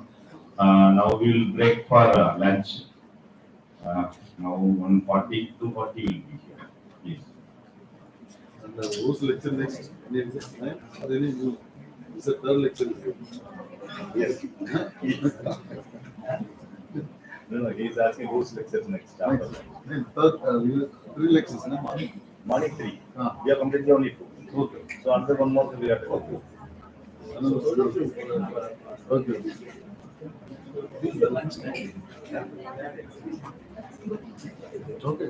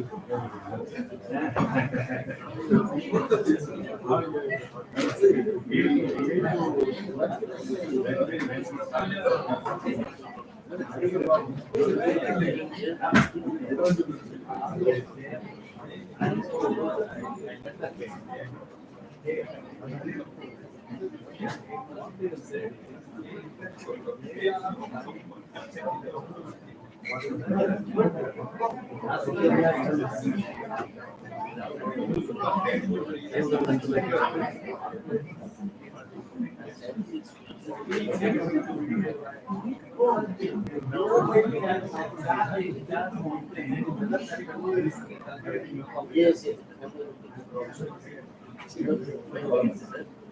No, we will take that. Because they have come. On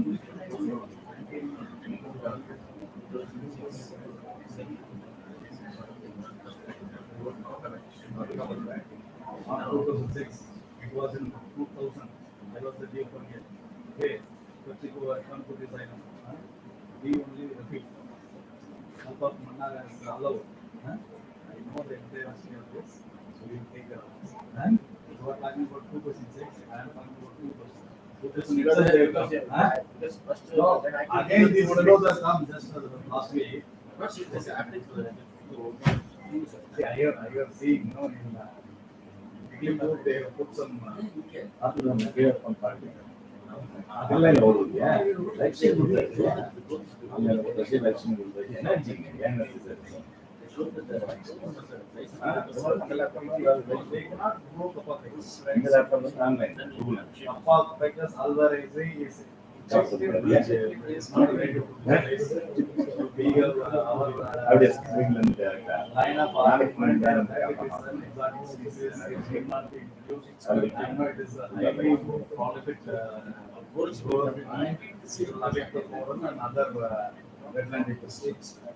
So if something is there, you just put up a fight. Being an organization, research organization, you will send a letter. We will take a scoop from this. So we will do that. This is not an issue. But no, they said that they are going for Brazil, right?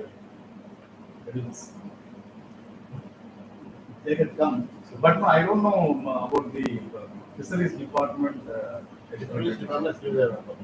But no, there is a directive from Government of India that we should go for seaweed cultivation. In fact, as a fisheries secretary in Daman, Diu, Dadar, Nagar Valley, I was the first one to start the seaweed program in the country, and successfully I have grown also.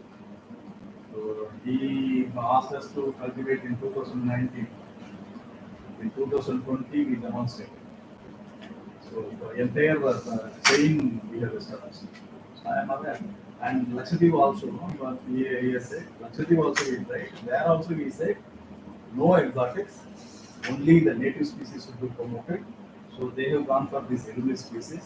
And both is good to somewhat on par with the performance.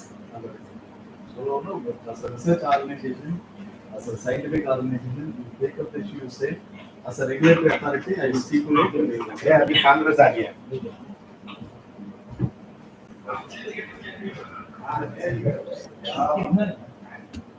So you do this,